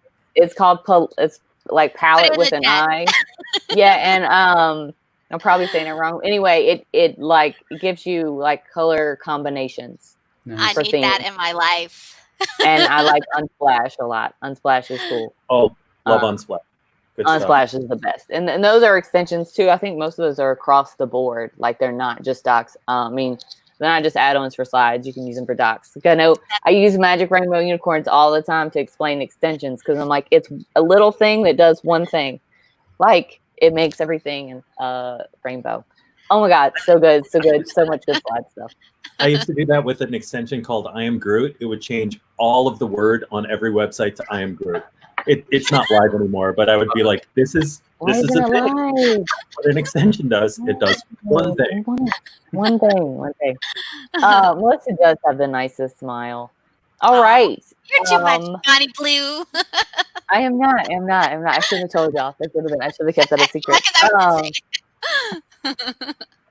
All right. So thank you so much, Patrick and Melissa. That was amazing. Thank you. I love Rick's explanation of slides as the Swiss Army knife. That was so good. That was such a good explanation because you can do all kinds of other things with it.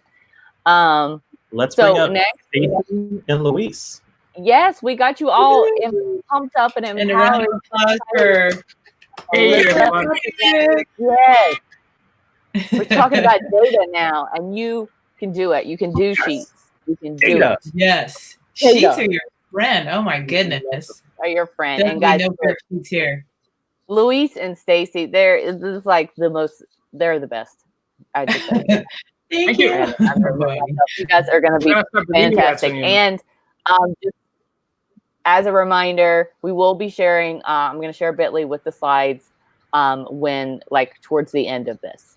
And it will all be on the Global GEG Bootcamp website along with this video. So everything will be out there at the end. Just a lot of wait. Yeah, if we share the deck with you guys right now, it'll be bogged down because everybody's going to be watching. So no, later. Yay. Well, good morning, Luis. How are you? Good morning, Stace. Fine. It's been a weird morning, but it's okay. I'm going to share my deck and my screen in just a second, but my name is Stacy Klein. I'm a teacher in the San Ana Unified School District. I'm a global GEG leader and co-founder and co-leader of GEG Southern California. So please join us. I'm so excited to work with my buddy Luis. And as you just saw from Dear Bonnie, I joined Global GEG for the social element. Actually, there's so much love in this group that seriously 5,000 friends instantly. So join us. And well, I'm Luis Pertuz. I'm one of the Global GEG founders, and I have an awesome time. And people, they recruited me to do sheets again. I did it for level 1, and I'm doing it for level 2. Actually, I wrote your name in. Yeah, she told me. So yeah, but it's fun, and I'll try and make it as fun as we can in the time that we have.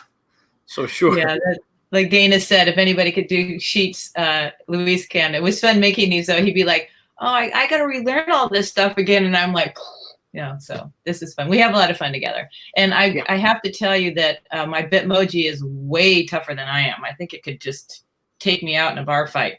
But so we're going to get down with data using Google Forms and Sheets and get started right away. What we're going to do, Luis and I are each going to walk through how to make a form, and then Luis is going to do a deep dive in Sheets. So I'm going to go quickly. Don't panic. You can watch this again or slow it down when you watch it again. Usually I tell everybody watch it at double speed. You can watch me at half speed. So everything I'm going to talk about is going to be in my slides so that you can see that later. But what I want to do, though, is I'll share my screen.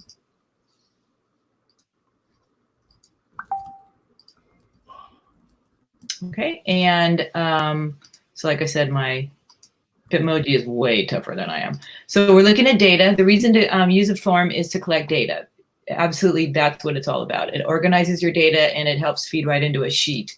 What do you need to know for the test? It's all on Eric Kurtz's amazingly comprehensive level 2 checklist, and I've embedded that in my slides.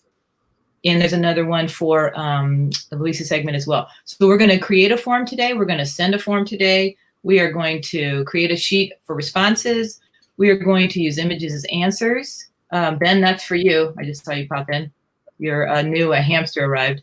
Upload files in a Google form and add submission confirmation. Form settings, create quizzes, and then get right into sheets because I want you to be able to do a deep dive with that genius, my friend, Luis. Everyone's friend, Luis. So I'm on a regular Google screen. There's lots of ways to get any app. You can do forms.google.com and up that will pop. Another way to grab something is to go to your 9 dots or waffle or whatever you like to call it, you may call it. And you can go to docs. You can go to create a doc. There's all sorts of ways. So now that we've got that taken care of, let's make a new form. And you can title it here. And one thing that Luis shared with us last time that I added to the my slide deck is Luis's every type of form. So that is linked in here as well. So he's got a form that shows you every type of question. So we've made a title. If you want to collaborate with people, remember everything is in your settings. So you can title a question. You can take the type of question that you want to have. So let's say name. And then you can have it be short answer, or you could say team, and you could have it be multiple choice. And then you can put in your options there. And forms is like it has like a magic crystal ball in there somewhere, and it'll interpret your question and it'll try to offer you the best choice of type of question for that. So it really helps. Yeah, so let it read your mind because it'll save you a lot of time. So okay, so we're gonna, what's the next one here? Send a Google form. If you want to share your form with somebody, you want them to take it. It's not, this is a tricky question for the exam. It's not like the other ones where you're going to see a share button. You're going to see a send button. And you can do things like you can add, collect email addresses. You can include the form in the email. You can add collaborators. Remember, one of the items in Eric's checklist and one of my slides is how do you add a collaborator? So I'm going to add Luis here. It's not, this is the only a Google app that's not the same as others in terms of adding collaborators or sharing it with the world. Okay, so we are able to, one other cool thing is, so I'm going to copy the question and I can add an image and you can search. Something that was super fun that blew everybody's mind yesterday in Lexi and Melissa's session was, I'm going to grab a wonderful little creature from there's a we have recruited for Ben's internet service. He has a hamster, so we're upgrading him to a quokka. So we learned yesterday from, well, some of you learned. If you didn't, or if you already knew that, I apologize for saying that you learned that yesterday. But we learned from Melissa and Lexi, you could just drag and drop. Shazam, totally blew your mind there. So you can use an image in Google Forms as well. And let's see, trying to show you things that you might not know so we can get right into sheets. Add a submission confirmation. I just showed you that. Form settings. So the settings is your friend. Whenever I learn a new tool, I'm getting older now. Give it up for your 50s. And I am not afraid of trying anything. And so every time I see a wheel, I think, magic, I can do special things in here. So you can limit your responses. You can I love to let people edit after they submit. I can say just one, but what if they spelled their name wrong? They don't want to be Mr. Smath instead of Mr. Smith for the rest of their lives. Do you want to see summary charts? Do you want to always give someone a response receipt so that they can be assured that they got their response? Do you want to give them, calm them down with a progress bar? Do you want to shuffle the orders? This is really big here. Make this a quiz. This will be something that might be featured on your practical part of your level 2 exam. So you can make a quiz out of any Google form, and then don't forget to save. You can give them different you can customize your quiz as well. So there's lots of options in there. I'm going to get out of that and make sure, because I want to get right to the magical sheets. Oh, I know. So without further ado, I will show you. Let's see, we upload files. Okay.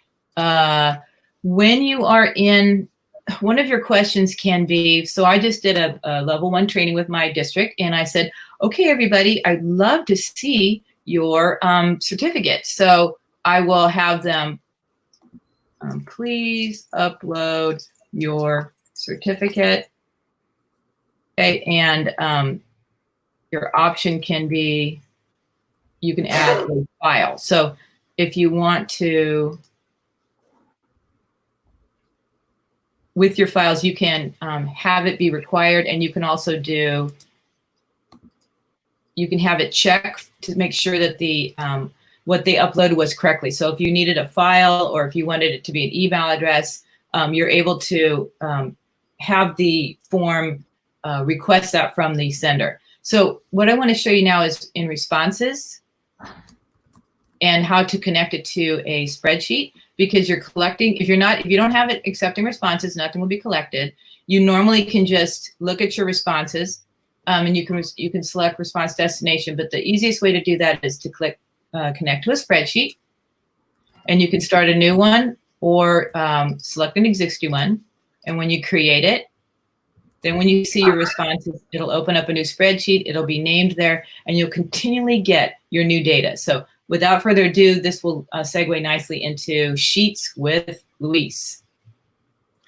Okay, and one of the weird and wild ways that Sheets is different from all other sorts of Google image stuff is because of Google Files, is because Sheets is actually, Forms is actually a disguised form of, yay, my cursor is working. I was wondering. Okay, Sheets is actually, Forms is actually a hidden type of sheet. It's a different way of seeing, because actually in the background, Sheets and Forms are the same thing. But then, okay, so before we start, I'm gonna go fast. I'm super sorry, but as you see in the little list right there, there's lots of stuff to cover. I will give you in this bit.ly, you have a copy of the spreadsheet that I'm using, and I'd recommend that you can either do one now or do one later, just because if you take a copy now, it'll be blank, and if you take a copy later, it will be with everything already done, because it's the same one I'm doing. So it's up to you. But the idea is that you're going to have the same data, so you can play around with the same things, and it's a lot of different little icky stuff to cover. So I just please want you to be a little patient. Okay, so that's the sheet for you guys to mess around with. It's really not that hard. It's just 3 little sheets in there, and they've got data. Some of the data is random, so it's gonna change. So don't worry about it, going wacky all the time. So, okay. So the first part we're gonna talk about is creating and sharing charts. So it's really, really simple. All you have to do is wait for the sheet to load, which was supposed to be loaded. But okay, so this is a chart that I made way, way, way back in 2006 for a computer class that I was giving to my kids. And you know what? I'm going to do this. So give me 1 second, so that everything is bigger and you can see exactly what I'm doing, because I understand that sometimes it can be a little weird. Okay, so this is, I used to be a nerd, and well, I'm still a nerd, but I was one of those nerds that carried around all my information. I had I had an old Nissan Pathfinder, and I had an app on my phone that I'd record every time I filled it up with gas. And this is like the statistics of my truck. And then the gas changes, the prices change really wildly from 5,000 something to 800 something, because I converted the car to run on natural gas. And this is in Colombian pesos, so don't wig out. And it's, well, 14 years ago, so yeah. Okay. But this is practical information that I have that I use to demonstrate stuff with different types of graphs. So easy. First task we're going to talk about is in creating and sharing a chart. Okay, so to create and share a chart, it's super easy. The first thing you have to do is select the data that you want. So all I do is click and drag. And then if I want some other data, let's do something that's worth charting, let's do distance. Then I'll just hit and keep the control button selected so I can select 2 different columns at the same time. So I'll select the same amount of data in both columns. And then all I have to do is hit this beautiful button that says Insert Chart. And it'll automatically insert a chart in there. Okay, so it automatically picks a histogram, but I can change which different types of images or which different types of charts that I want. So I like a line graph here just to see how much mileage I accumulated between each time that I fill the tank. So in this case, the chart's been created and it's super easy, and there's different options of what you can do with the chart. So one of the different options is, for example, I can publish a chart, and then that would be a published link that you can link in a website, or you can send the website, and that website's going to be live. So if I change any of the information and the chart changes, that website will have the updated information. I can copy the chart, and then if I copy the chart here, I could paste it somewhere else. I could paste it in a slide, I could paste it in a doc, and that works wonderfully. And that's the easiest. Or the other one is I can move the chart to its own sheet. So if I click this, the chart will reside in its own separate different sheet, and then I could, share the sheet, share the chart, publish it somewhere, or do anything like that. And you see beautiful little buttons over here that do exactly that. Lets you copy, lets you edit, lets you publish. It lets you download the chart, and then you can download it as an image or something. And obviously, you can also delete the chart. I'm going to leave it up because it's one of the things we're doing. So that's one down. Okay. So next one, we're going to create radar and timeline charts. Okay. So it's basically the same thing that we did before. It's just a very specific chart type. So radar charts are really simple, because all radar charts is you select the data that you want, you select insert the chart, and then there is an option down here. There's this little weird one, and it actually says radar. You see down there, it says radar chart. So if I click on that, it'll create a radar chart.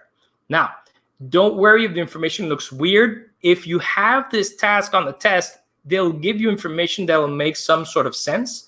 And if they say do a radar chart, just do a radar chart. You don't have to worry about it being beautiful, it being cute, it being gorgeous. You don't need to worry about the colors or anything. All you have to do is, if they ask you for a chart, just do the chart.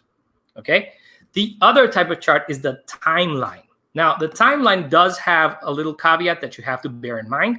Timelines have to have a date format.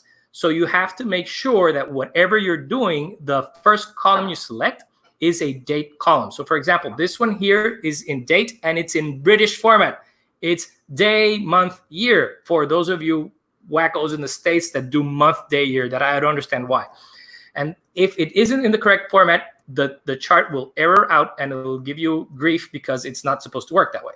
So if you want that information, then I'll take this, and I'll also, let's say I'll hit control and then do my kilometers, my mileage, and then I'll insert a chart. And after I insert the chart, I'll choose down here, there is a beautiful timeline chart. So it's different from the line chart. It's a timeline because the way that it's set up is different. So you select over here where it says timeline, and it'll automatically render a beautiful timeline, and you can see it like by hours or days or weeks or whatever. And that's one of the charms of the timeline. So let's just put it into its own sheet so you can see all these features larger. Okay, so you can see every 5 days, every week. You can see a week, you can see a month, you can see a year, or you can see everything, and that's about it. And that's all you have to do, and don't stress out. It's the same thing as in the level 1 test. If they ask you to do something, just do what it's needed, especially because this is being tallied by a machine. The machine just needs to see a chart. If it says put it on its own sheet, put it on its own sheet. If it doesn't say put it on its own sheet, don't. Just follow the instructions, and just wherever the chart pops up, just leave it there and leave it be. That's all you have to do. Okay, so, okay. Hopping up to the next requirement. Oh, pivot tables. Okay, pivot tables have a bad rap. People have a very, very bad experience with pivot tables, and there's other people that adore pivot tables. So I'm sure that the chat, it's going to pop up about people that are loving their pivot tables and they love them and they want to see them work and they want to see how it works. And it's really, it's not that hard. Pivot tables are the bane of my existence at times, especially when people want to see stuff that they can't see in the pivot table, but it's not that hard. So if you want to do a pivot table with the data that I have available, I have this down here. You can see data for pivot table. So we select this one. Okay, so this is the coolest trick. Yeah. This is the coolest trick, everybody. Watch this man do his magic. Pivot tables are friends. This data came out of like some weird salaries coming from like Southern California or something. So it's like 500 rows of data. So all you have to do to create a pivot table is you select all the data you need. It's 1,000 lines. You create, you select all the data that's there, and then you go up here where it says data, and then hit where it says pivot table, and it'll do it for you. Now, it tells you to do it in a new sheet. Normally, it'll tell you it's easier to do it in a new sheet instead of the existing sheet because then it'll mess everything up. So I just create a pivot table, and then it'll ask me what information I want to see. Just give it a while it loads. You want to borrow one of the quokkas to run your hamster wheel? Yeah. Okay. So right now it's giving me this information because it's like what it's trying to guess. But you see that right here next to it, there's like a suggestion, and it suggests the average of yearly earnings for each race or the sum of yearly earnings for each race. And it says race because the data is it's sorted by race and by gender. So I can choose to do that, or if you want to do it, step by step, you can add rows. Like, for example, I'm going to add as rows, I'm going to add the gender. And as values, I'm going to add the yearly earnings. And I can also add, and I'm going to use it as an average. And then I can also add as values, I can also add the age. And I'm going to add that as an average too, because I don't want to know the sums of all the ages of all the people that are working and whatever. Now, this is really nice, but it's only females and males. And I can also add other data to the column to make it richer. So I can add a column where we have race. So right there, it'll go crazy and it'll show me like Asian, Black, Indian, Eskimos, white, and the grand total of all the average wages and ages in everything that there is. Now, I'm going to show you a cheat to get through this really fast. You don't do anything. You load the file that they show you, and then you hit the Explore button. And then when you hit the Explore button, it's going to suggest a pivot table. So unless the exam asks you, or the scenario asks you for a specific pivot table, all you have to do is hit here. Wait, not there. All you have to do is hit here in the little add pivot table, and it will insert the pivot table in a new sheet, and you're done. Yeah, so that's it. You created a pivot table, and it's the average wages per year per race, which is interesting. Okay, so that would be pivot tables, quick and dirty. Now the advanced functions, and now advanced is a rather generous term because all of these formulas aren't really that advanced, but they are practical to know. And well, they're not advanced in the really, sheet guru kind of way, but they're really fun to use. So there's sort, there's filter, there's countif, there's sumif, there's sum, and there's unique. Now, the easiest one of those is sum, which we already saw in level 1, and the rest are the weird ones. Now, some of these can work in 2 different ways, and in the next slide, we'll also see filters, and there's filters as a function, and there's filters as menu items. So we're going to see both, and that's, it takes twice the amount of time, but, that's how it works. Sorry. We're looking at our Bitmoji. It looks serious. I don't know. Should I read up a little bit more? It's super serious. Okay, so let's load there's all the other there's another chart down here. There's another sheet down here which is all the other functions, and this is the last sheet I'm going to play with. Now, please bear with me. These values were generated randomly, so if somebody's going to freak out because Arabella Fig wasn't a Gryffindor and Filch wasn't a Slytherin, please reserve the comments. I'm not going to fix it right now. These are all these were all randomly generated, so no, please bear with me. And the other thing you're going to see is that these values, if I do a small change, these values are dynamic. You'll see that all the numbers there, they're supposed to be grades. All those grades are going to change every time I do a change, except for like the numbers, the names, and the houses. And that's on purpose for you guys to see something later on in the presentation. So the first one we're going to do is sort. Now there's two ways of sorting. There is the normal way, which is you select all the data, and then you go up here where it says data, and then sort, and then you can sort the range or the sheet by columns, and then you can choose a column, or you can choose a very select sort range, and then you select the headers, and then you can sort by name, by house, by month, or whatever. So if I go and sort them by house and by alphabetical order A through Z, then I'm gonna have like everybody sorted by houses. So all the Gryffindors together, all the Hufflepuffs together, all the Ravenclaws together, and all the Slytherins together. Okay? If I just want them in alphabetical order, I can do the same thing and sort them by name, which I undid, so it's by name again. Now, the other way of sorting is there's a formula for it. So if you want to do a formula, then all you have to do is follow these instructions. Here you see sort, you choose the range, then you choose which column is the column that I want to sort by, and you can sort by several columns. So if you have like identical information, you can sort by different columns. So you can sort first by house and then by name, or first by name and then by house if you have like people who have the same name and so on. And you can use as many sort columns and as many as you have in your range. So to do that, it's super simple. All you have to do is hit equal, sort. Of course, if you spell it correctly, it works a lot better. Then you select the range. So I'm going to sort this range, John. And then I'm going to say the first column is the first column I'm going to sort with. In this case, I'm going to sort by house. So it's column 2. And I wanted to do it in ascending order. So I wanted to do true. And that would be it. And I just hit enter. And then I have that same range is reproduced, but with all the data in alphabetical in order according to the second column. Now, that's it. It's super easy. And that's sorting through formulas as opposed to sorting using the data menu. Okay? So now, I'm sorry, I'm going to erase this because there's more stuff coming on.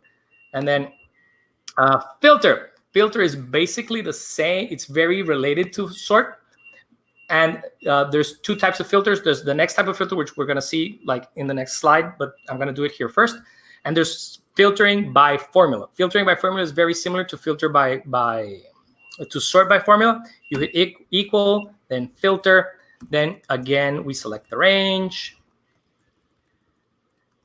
Okay, so I selected the range, and then after selecting the range, I have to tell it what the condition it is that I want.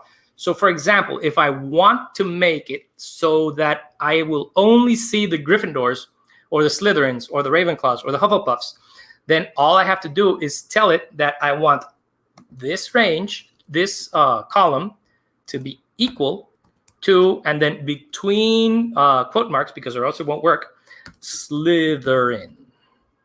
Slytherin, not Slytherins, because it won't work.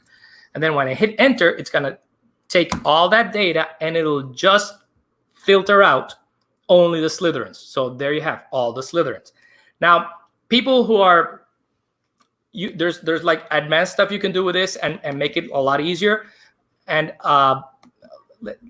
okay, let's do a quick one just so you guys know stuff you can do. So for example, here in data, you can add data validation to this column over here. And then I'm going to list from a range. And the range that I'm going to list is all the house names that I already have conveniently over here. And then what it's going to do is it's going to give me a little pull down right here where I can choose the houses.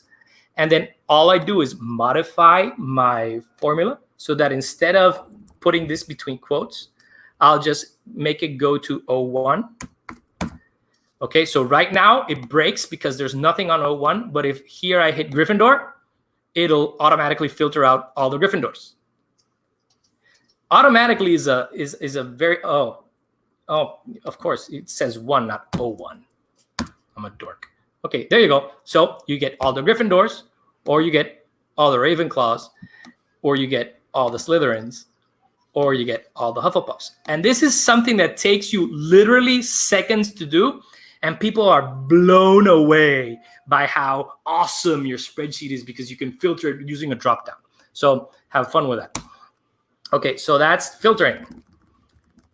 Okay, after filtering, then we have count if. Now, count if is awesome because it lets you count the amount of things in a range as long as those things comply to a certain condition. So what we do is count if, and then I give it the range, and I say I want to count all of the names. So I'm counting all the names. So I'm giving it that range, which is the names. And I want them, the criterion is that I want the house to be, let's say, again, let's do Gryffindor. Oops. Quotes. Forget the quotes. So if I do that, then it'll count how many of the people in the list is a Gryffindor. And I made a mistake somewhere because it's not doing it correctly. Oh, I know. Because I was a dork. I forgot to select the range correctly. What? Oops. No. Wait, I have to make it the same. This happens all the time. Okay. No worry, Luis. Now you know why you were voluntold for this. Yeah. But it's not. Oh. Why aren't we working? Remember, you guys, the exam is an open note and open internet, so don't panic. If this is your sweet spot for fear, you will be fine. You know why? Because I'm not following the instructions. And it's really clear during the exam, the instructions too. They really try to lower the affective filter during the exam. Okay, Something feels weird. Okay, Gordo, love you. He brought me Perry the Platypus. You can't see Perry the Platypus. Sorry. Okay. Okay. So count if A2. It's supposed to count how many of these people are Gryffindors. And I just went through this last night. And our slides are step by step, but we wanted to show you live. So when things happen live, sometimes something will glitch up. It won't do that during your exam. Don't worry. It's not a 5,000 piece of data sheet. And then step by step on the slides. But bless Luis for showing us live. Yeah.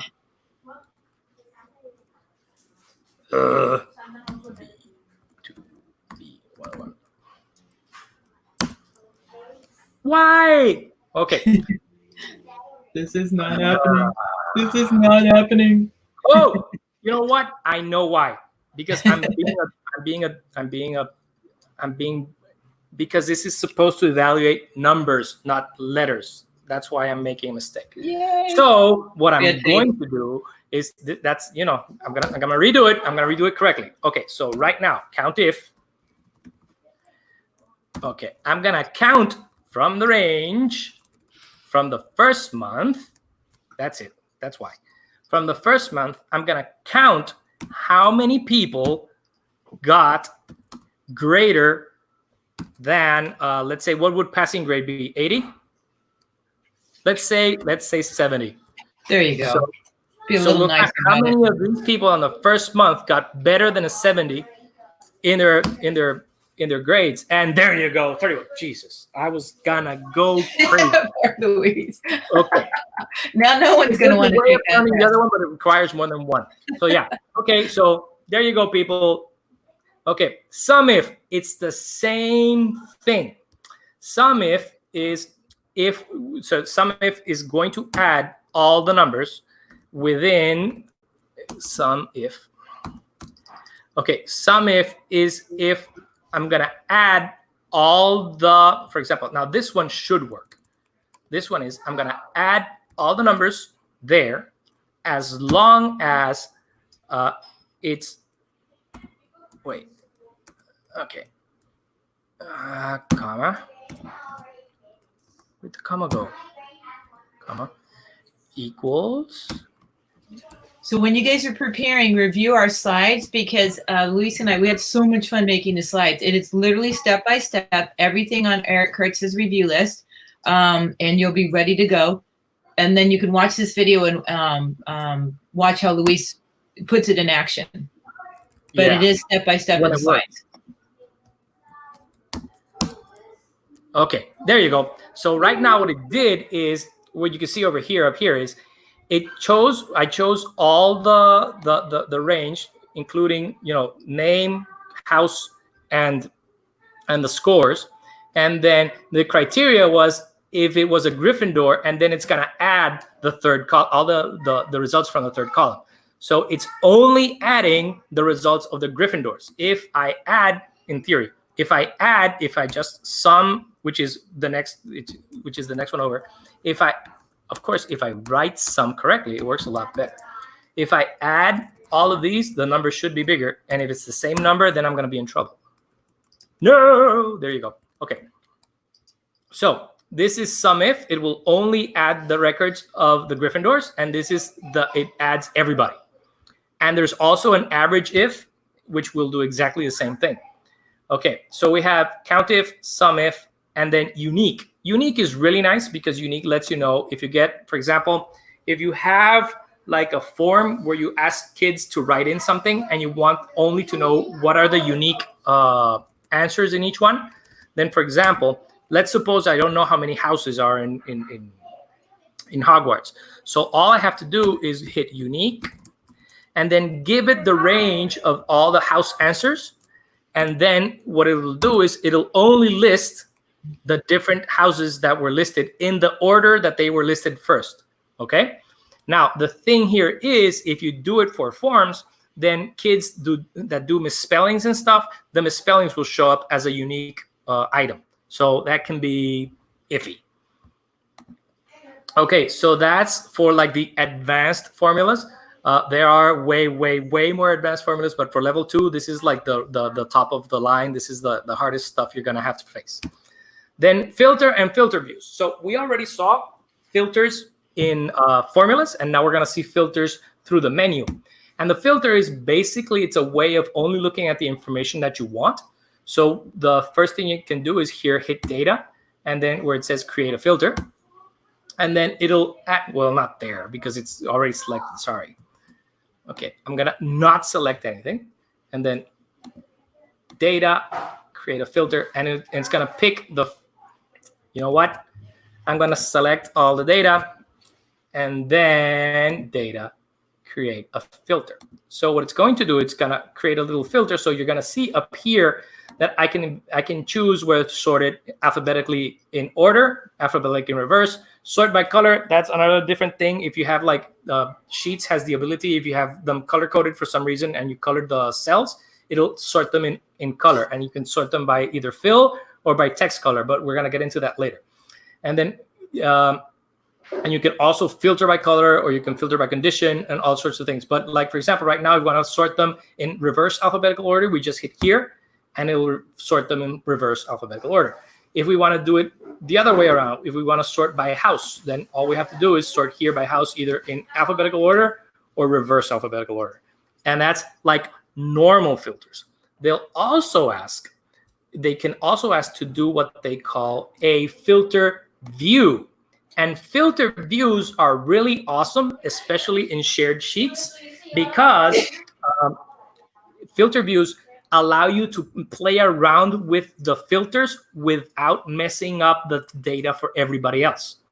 So you basically share a filter view and everybody does their own filtering, but they don't affect everybody else. Because right now, if I did a normal filter, I changed the order according to any of the variables up there, it will mess everybody else's data that they're looking at.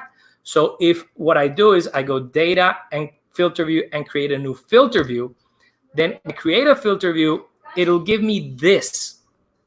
And these filter views, then I can check this out. And if somebody else were looking at the sheet at the same time, any changes I make here will not be reflected on what other people are seeing, which is really cool. And it's really comfortable for you to mess around with it and you know, be able to look at your data and not look at anybody and not let anybody else mess with yours. So like for teachers, if you're like looking at a student's overall grades or something, and you want to sort only the people who are like within certain ranges or whatever, with filter views, you can use the same data that everybody else is using and not mess up the data for everybody else, which is really, really, really awesome. Okay, so that's filters, which is really simple, but people really freak out when you do it. Conditional formatting. Now, this is something that I adore. Okay, so conditional formatting is really nice because it allows you to see the data with colors, and it helps you like understand stuff that normally if you don't use colors, it's not as easy to see. So I took away the filters so it would be easier for me. And there are several different ways of doing conditional formatting. So let's do the easy one first and the hard one later. And they're both easy. I'm just saying easy and hard to make you, suffer in pain. Okay, so first I'm gonna select all the grades, and then all these grades, what I'm going to do, well, let me check if I did something first. Okay, I'm gonna do totals and averages, so let's do that. Okay, so I'm gonna select all these grades, and I'm going to give it a conditional format. So to do a conditional format, you select the data first, then you hit here where it says format, and then down here where it says conditional formatting. Now, conditional formatting means that the colors or whatever is going to apply, they're going to apply colors according to rules. Now, there's two different types of rules to do. There's by single color rules and there's color scale rules. Now, we're going to do color scale first because even though it sounds harder, it's actually easier. So in this case, I'm going to do color scale. And what I'm going to do is I'm going to select here a color scale, which would be, I think, this one, which means that all the low grades are going to get redder and all the high grades are going to get greener. So if I do this and I just select here done, you're going to get all your grades color coded according to the redder the worst and the greener the better. So, and since I selected these two columns also, and I decide to do like sum, and I don't know why you're going to sum this. No, I'm not going to sum it. I'm going to just do the average because totals throw everything out. So if I average these values, come on, and then I reproduce this all the way down, then this column should be color coded also, because when I selected the range for the conditional formatting, this column was in the range. So there you go. Yay! So now Oh my goodness. everything is beautifully color coded, and it's really easy and it's simple for you guys to see when we're doing. So for teachers, this is wonderful because you can see exactly, you can see the colors, and it helps you like bad grades pop out in that case. Wow. Hey, Luis, Yes. we're getting the fingers rolling forward thing. I think we overdid our time because no one. I this know. Is like so magical. Okay. So let's do the one with rules because you're gonna need this one, and then I think what's next. Then we have what? Sparkline. No, we can skip Sparkline. Sparkline is nice, but it's okay. So now conditional formatting with rules. The first thing you have to do is select your range. Now we have to add the rules. Now, for example, we're going to color code the houses. So first you add a rule, and then if the cell is equal to, and then we're going to see Gryffindor. Then we're going to color it in Gryffindor colors. And Gryffindor is gold, so let's assume this is gold. So then all the Gryffindors are going to be in gold. And then I add another rule. And then the next rule is going to be for Ravenclaw. And if I'm not mistaken, Ravenclaw is blue. And there you go. All the Ravenclaws are in blue. And then I'm going to add another rule. And the other rule is going to be for Slytherin. And all the Slytherins are green. So I'm going to add everybody in green. And then I'm going to add another rule for the Hufflepuffs. Of course, if I spell Hufflepuff correctly, it'll do a lot better. And then all the Hufflepuffs will be, they're actually yellow. And all the Hufflepuffs will be yellow. And that's it. And that's all you need to do for conditional formatting. And that, as they say, is that. I do recommend play around with a spreadsheet, play around with the colors. Sparkline, it's super easy. All you have to do, and before before I get scolded, is you invoke the formula, you select a range, and automatically, punk, you get a sparkline graph right there. It's a graph inside a cell. Right on. Super fun. And then Yay, so the last two slides are can you flip to that one? Oh, good job. Okay, the next slide is if you want to go back and see a sample form with all the form questions.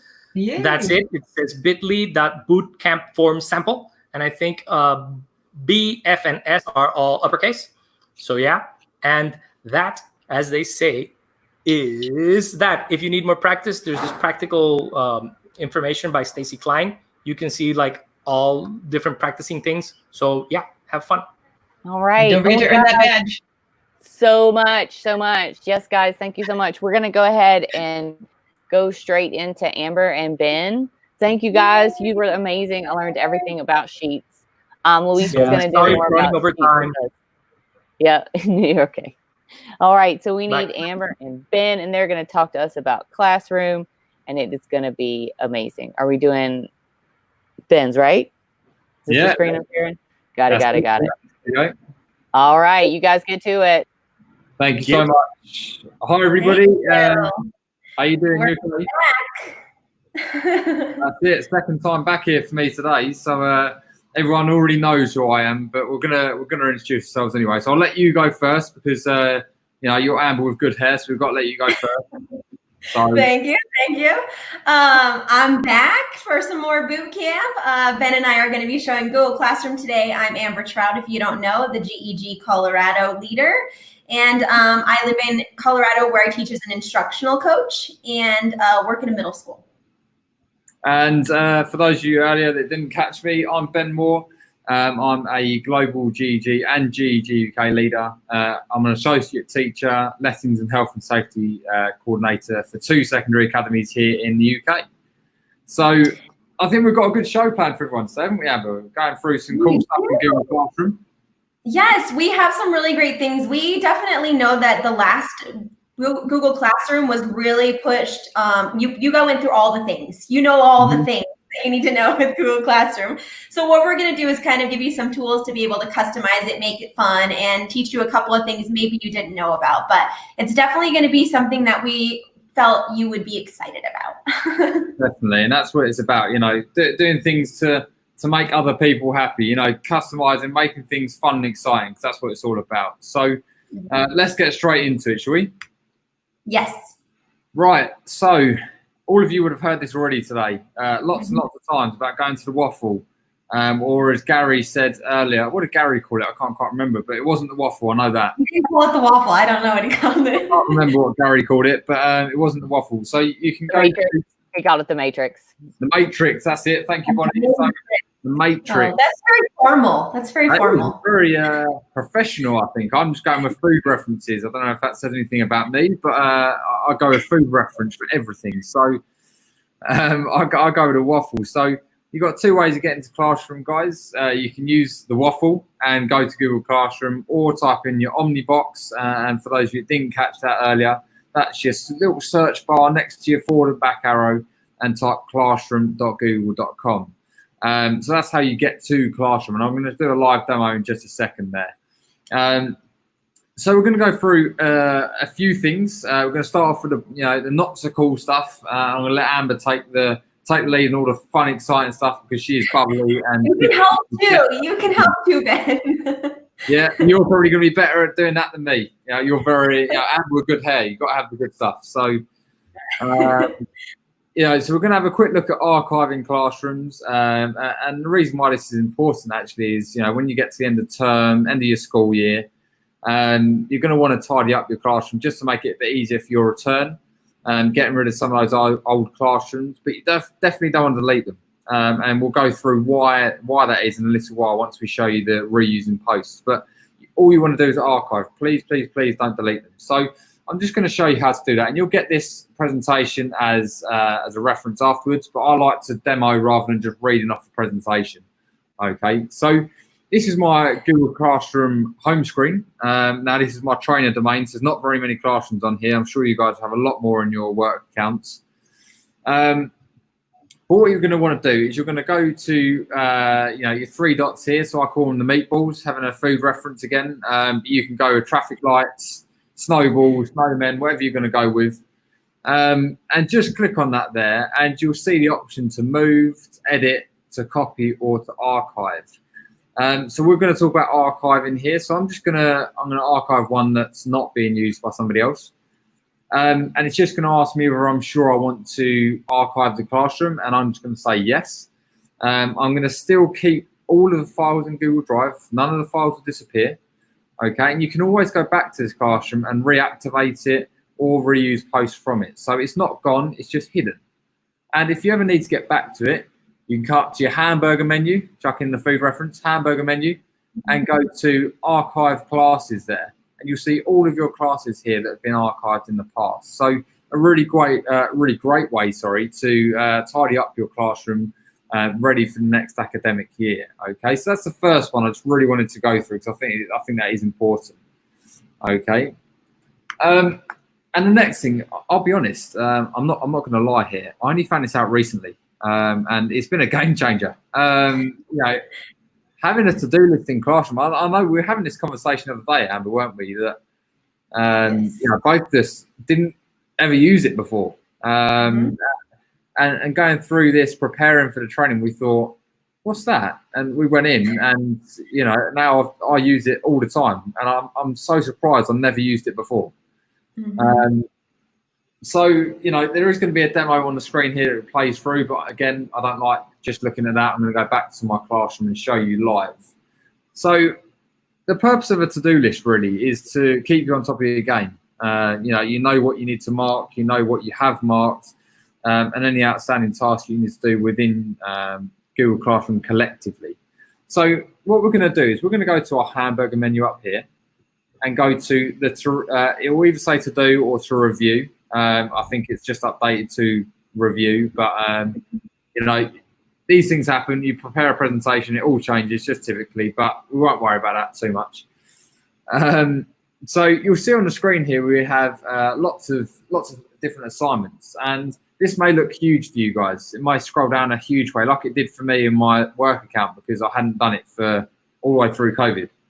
But what you can do, if it's a bit overwhelming, you've got an all classes section up here, and you can actually click on that and filter by specific classrooms. You can get rid of your task or look at the task you need to complete for each individual Google Classroom.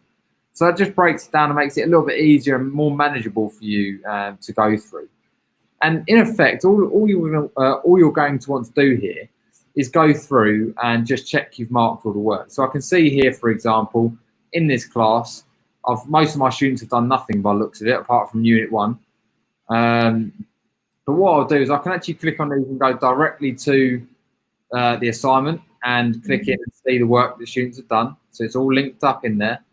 But what I know that I've reviewed these, I've already marked them in advance. So all I'm going to do is go to my meatball menu and mark as reviewed.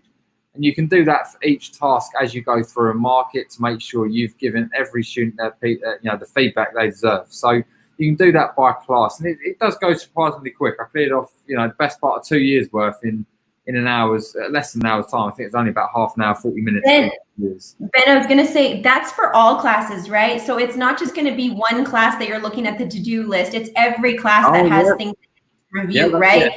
So that's the nice part, is you don't have to jump from class to class to class to look at all the different work. Yeah, that's why this is so amazing. That's it. And I should have said that. It was just I filtered by class. So you can click your little drop down to filter, and you can even go into your archive classrooms if you want to. Not at the end of the year, you probably don't need to go back in and see those archive classrooms. It's more so for live term time, I would have said. But and you can also see all the things you have reviewed by clicking on your review column as well. So it gives you a nice overview of the stuff you have done versus the stuff you need to do. And I like that to keep on top of things. It's just personal to me, but I'm sure you guys use it to good use as well. Yes. And the next thing, quick feedback. And this is another great thing that I really like, because how many times as educators, or how many times do you sit there and mark student work? And let's be honest, we all have a set set amount of comments we give to students. We probably have a selection. You have ones for the students that done really well compared to the students that didn't do as well. Saying you need to, you can improve on X, Y, and Z, for example. And especially during COVID, and even in the classroom setting as well, we tend to write the same things and tend to type the same things a lot. And this sort of links in from my templates demonstration from earlier. So work smarter, not harder. Set yourself up a comment bank and work from that and copy it rather than having to type out every time. So let's take a look at how that looks in live play. So I'm just going to use a classroom that I did something with my good friend Jared Johnson. So any of you saw our sessions, this is the same one. So I'm just going to go in and go into an assignment that I can mark. So I'm going to go with Unit 1 here because this is a Google Slides presentation. So we're just going to hop in there and we're going to click on this attachments icon here. Now you can click on this for any student piece of work. As long as something's been handed in, you can go in and comment on this work. So the screen you see here is your teacher's view of in effect, the marking page, okay? So what's going to happen here, you'll see you have the users at the top, and you can go in and click on particular users or filter by a surname, by their status, whether they've completed or not completed, and all that sort of cool stuff. And the best bit is, once you're in for one student, you don't need to go back into Classroom, back into this. You just click this little arrow and it will take you between the two students, all of your students' pieces of work. So again, saves you that bit of time, not having to reload every single piece of work. It just click of an arrow, you're in the next student's work, okay? So on the right-hand side, you see that you've got the files students have handed in. So you've got their presentation here and a PDF that they've put in. You also have the option to assign them a mark, which will link directly with the grade book in Google Classroom or the mark book, depending on where in the world you are. And you've also got some private comments here. And what I really like is, as I say, if you're giving feedback, you do type a lot of things here, probably the same for most of your class.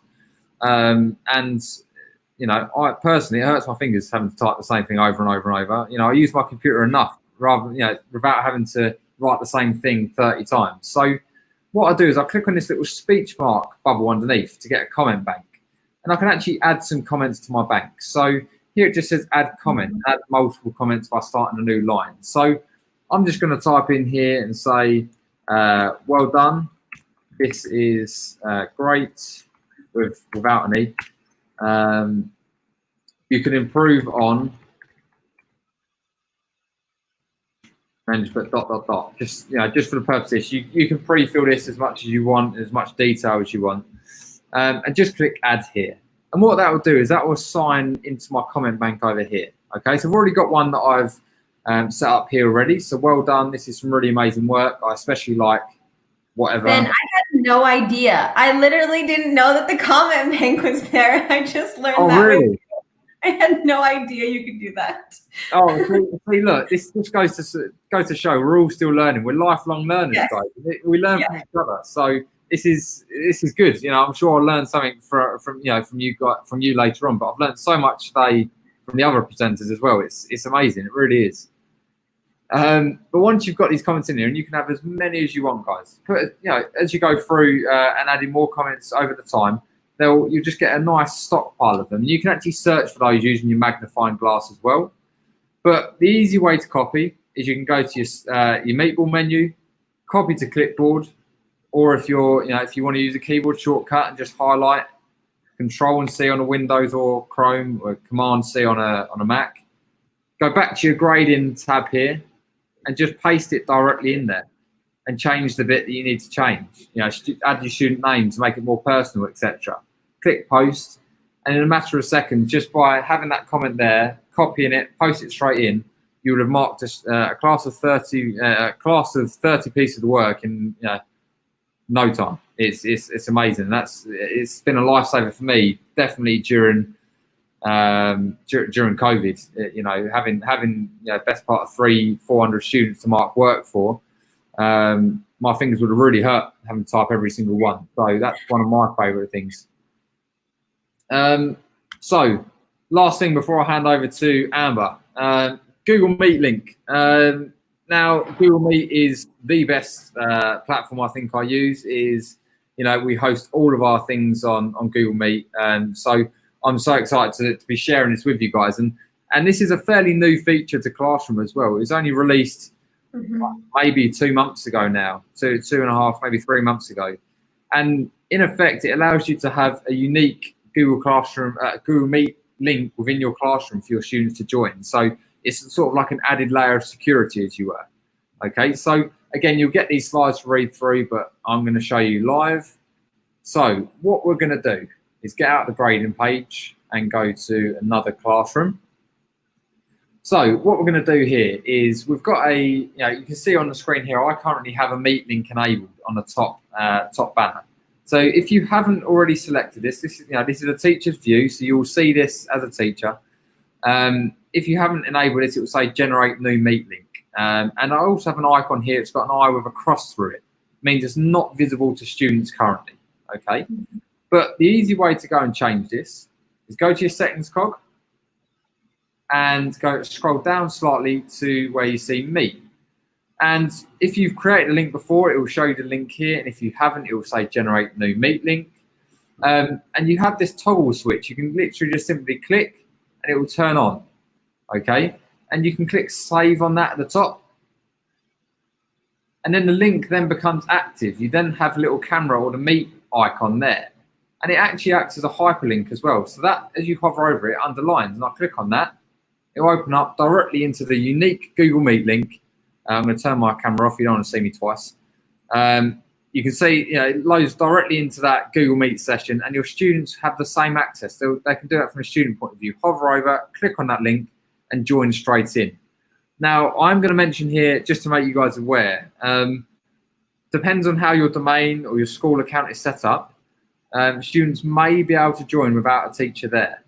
So what's really important is for you guys to only turn on this visibility to students in the settings just before you go into a session. So make sure it's on as you go into the session, and just before you, as you leave, make sure you're the last person to leave. Make sure all of your students have left. Come back in and turn your visibility off. All right, it's really important to do that. And if any students have the Meet link already, you can also go in and just click on the little drop down and reset the link if you want to as well. All right. And 9 times out of 10, your admin would probably notice this when setting up Google Meet in the admin console. But if they haven't, students would be able to join in effectively an unmanned space, and that's probably not the best idea, to be honest. So just be aware that could be happening. So take your precautions. Always turn it off as soon as you're done. Okay. And you've got all the instructions in here, and there's plenty of videos on YouTube, on the Global GEG and my YouTube as well, of showing you how to do this, right? And you'll get all these presentations later on to see all this as well. So enough of me rabbling on now. I'm going to give you over to the amazing Amber, who's going to take us through the next bit. All right, now on to the fun stuff. Just joking. Ben is amazing, and he is far younger than I am. He's far younger than I am, and he knows way more than I do. So that's awesome. Okay, sorry. I don't have as cool of a screen as Ben does, just so you guys know. So I'm just gonna kind of keep it in this mode and then switch. So if you can't see me or my computer's taking a long time, I also have like really slow sloth-like internet. So if you have a problem seeing it because it's loading, I'm sorry. Okay, so we're gonna learn about reusing posts. So Ben has two different ways. There's two different ways to do it. Ben has one here on the slides about how you can add it doing create and then do reuse posts. But I'm gonna show you a quick way that I do it.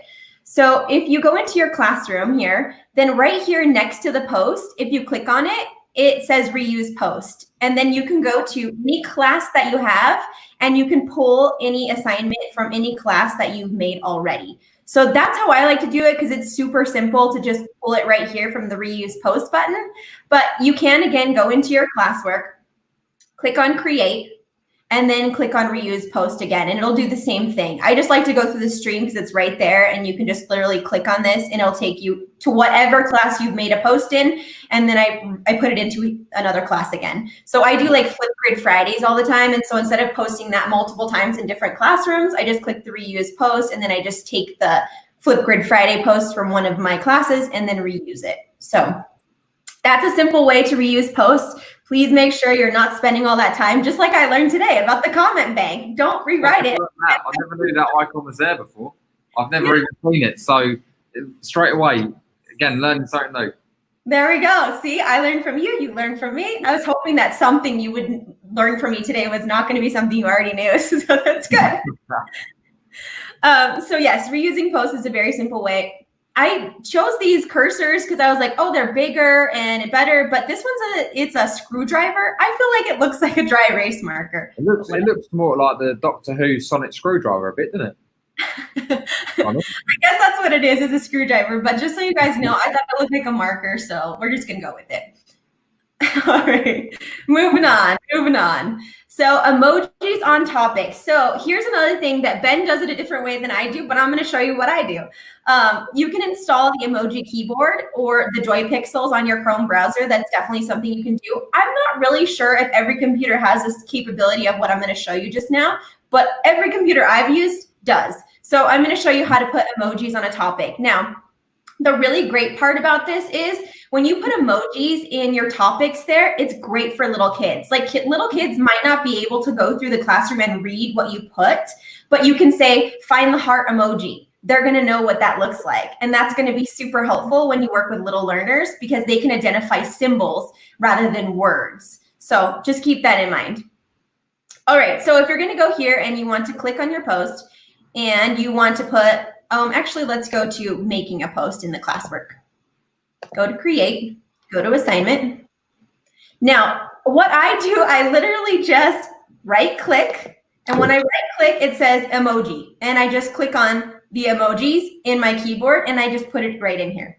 So I don't know if everybody has that capability. I think you do, but on every computer I've ever used, I just literally right click on emoji. On a Mac, it says emoji and symbols, but this is on a Surface. And if you click on it, all of your emojis come up and you don't have to do anything more than just find the one you want. And just on that as well, I found another neat little trick since I've done this presentation. If you're using Mac, you can actually hold the Control, Command, and Spacebar, and you get your emojis up without having to right click. So keyboard shortcut for you all. I only learned the other day myself. Yes, I was just like, I think that that's how you do it on everyone, but I don't know for sure. I'm sure that you can download that as well, like Ben said, because then you probably have access to a lot more emojis and different things that you can put in there. But again, right click it, click on your emojis and symbols, and then add what you need to in your title or your instructions. Great for little learners because honestly, they can identify symbols way better than they can words when they're young. 100. So quick tip on that one. All right. So we're going to make a Bitmoji banner. I'm going to show you how to do that. So if you saw my classroom, let me click back over here. You can see how Ben had one as well, and I have a Bitmoji banner that I made right here. And so I am going to show you how to do that today. It is so simple. I put the template in there for you. So when you get this slide deck, you're going to be able to do this as well. You can see Ben and I's that I made for us right here. This is it's the perfect template because it's already set up with all the dimensions you need. So all you do is add your flair to it, and then you can put it into your Google Classroom. So I'm going to show you. I had no flair on that. It was fully amber. I was like, oh, this looks good. I'll put that on there. I like it. I can't take credit, so. So I put it in there. You're going to make a copy of it just like this. It's super simple to make it. You're not going to spend more than maybe 5 seconds just putting stuff in here. Maybe you're playing around. Maybe you're going to have to take a little bit longer than that. But honestly, it's not going to take you long to do all of this. So I have the Bitmoji extension up here, which I'm sure most of you do because why not? Why do we not have Bitmojis up there? So what I do is I literally click on my Bitmoji. Again, this is my slow internet. I click on a Bitmoji that I like, right click it, copy it, and I paste it right in here. And I say paste. Okay, now I can put all my Bitmojis into this banner. This banner, you can change the background if you want to. So if you wanted to change colors on it, sorry, I don't have a mouse because my thing broke. So sorry about that. But you can change the background on it as well. So you can go through and you can edit colors. You can play with all the different stuff. I made it just one blue color in the background, but you can add text as well. If you add a text box in it, then you can type in it and you can say, what your classroom is. So once you put all of your flair in there and you have your Bitmoji banner ready to go, it's in the right format and it's in the right, it's big enough just for your Google Classroom. So what you do is you go to File, Download As, and then you say PNG. So when you download it as a PNG, that's going to be a really clear picture that you can put in there. And you literally just take this and upload it to your classroom. So that's what I did. I just went over here and said, upload photo, and I selected the photo that I just downloaded. So super simple. We gave you all the tools to do it. You can play around with it yourself and make your own Bitmoji banner just by using this template here. But again, just go through, upload your photo after you downloaded it, and it'll put it right in there and you can have it customized. This is a great way. I heard from Emma Pass. She did at one of our sessions, and she told us about how she lets the kids pick kind of like what they want on their banner. So maybe the kids are like, oh, I want to be SpongeBob. You know, that's how I'm going to identify this class. Cool. I want to be, you know, whatever character that they identify with. And then that way it's easy for the kids to identify their class, but also it kind of makes it personal to them because it's something they enjoy and like. So Bitmoji banners or whatever kind of banner you want, you can customize as you like. All right. I don't think I have much more after this, but let's go ahead and go left corner. Here we go. The little question mark in the left corner. If you've never seen it or paid attention to it, it's going to be there and it's a help community. And the only reason we're showing you this is because sometimes you just need like quick help. You need to be able to find something and quickly. So if you go to the help community here, then there's tons of things that people have posted in the blogs in here that you can look at. I actually went to, I think it was about the community here. So one of the two, it tells you like what the people that are in here and that are helping with questions. So you have people like Alice Keeler that's in here and she's giving you ideas and samples and things that in answering questions. People that are in here, you know, work for Google. There's people that are just in here that are, you know, really good in ed tech. But just so you know, if you go in there, people that are answering your questions in there are actually like really highly skilled. So if you post something in there, you're going to have somebody give you a really great answer or give you the answers you need. So just so you know, that's kind of an interesting way to get help quickly. If you click on this little question mark in the corner, and then you can go to and click on the help community. So that's just a little thing that you can do if you need quick help. I know sometimes it's like too hard to like send an email, see if somebody else knows. It's like, can I just look it up really quickly? So use that to your advantage if you really need to. And the best bit about that is as well, you can submit feedback for features you want to see as well. So if there's people in your school that want to see a certain feature in Classroom, get them all to request it. The more requests that go in, the higher up that task goes. And Google, you know, the team at Google really do read those. You know, they really do take into consideration what you guys are saying. So if you want to see something, please do use that question mark. And that applies across all Google products, you know, Google Mail, Drive, Sheets, Slides, Docs, everything like that. There will always be a question mark somewhere on the page which you can use to request features or ask for help, not just Google Classroom. Yes, absolutely. So take advantage of that. There is definitely different ways that you can get your voice heard. So that's a really great way to do it. All right, Ben, I'm going to let you take it over because I don't even want to go to that next slide because you have some really cool things you're going to show them as a level up. So yeah, you can put it on my screen and put yours up. Okay, brilliant. Thank you. So this is more of a level up, guys, really, rather than something you need to know for the exam, something that's going to help you longer term, I hope. And I've just got to say here, this isn't my work. I'm just showing you how it works. Our good friend Gavin Hannell created this app script for us to use, and I know it's gone down a treat in a lot of schools here in the UK. So hopefully this is just to show you the possibilities of what's possible. But before you go any further, you would need an admin to set this up on your domain, on your school district. And I'm not going to show you through how to set it all up today because you guys won't need to know that. I do have a YouTube video on it, but you won't need to see it. I'm just going to show you the back end of how it looks when it is set up. Because I know there's some questions earlier in the chat from people saying about multi-scheduling to more than one classroom. And this is exactly that. I'm just trying to see who it was asked. But this is exactly what that is. So I'm just going to show you how that works now. So I'm just going to go back into this here. So the way this multi-script schedule will work is you need to have a post scheduled in at least one Google Classroom ready to go. So if you're teaching music like I do, I had 8 classes this year, all in Key Stage 3. So our first and second year coming into secondary, they're all doing the same work. So before I'd go in and reuse posts, which is really useful rather than me having to rewrite everything over and over. But this allows me to post it in a matter of minutes to all of those classrooms in one hit.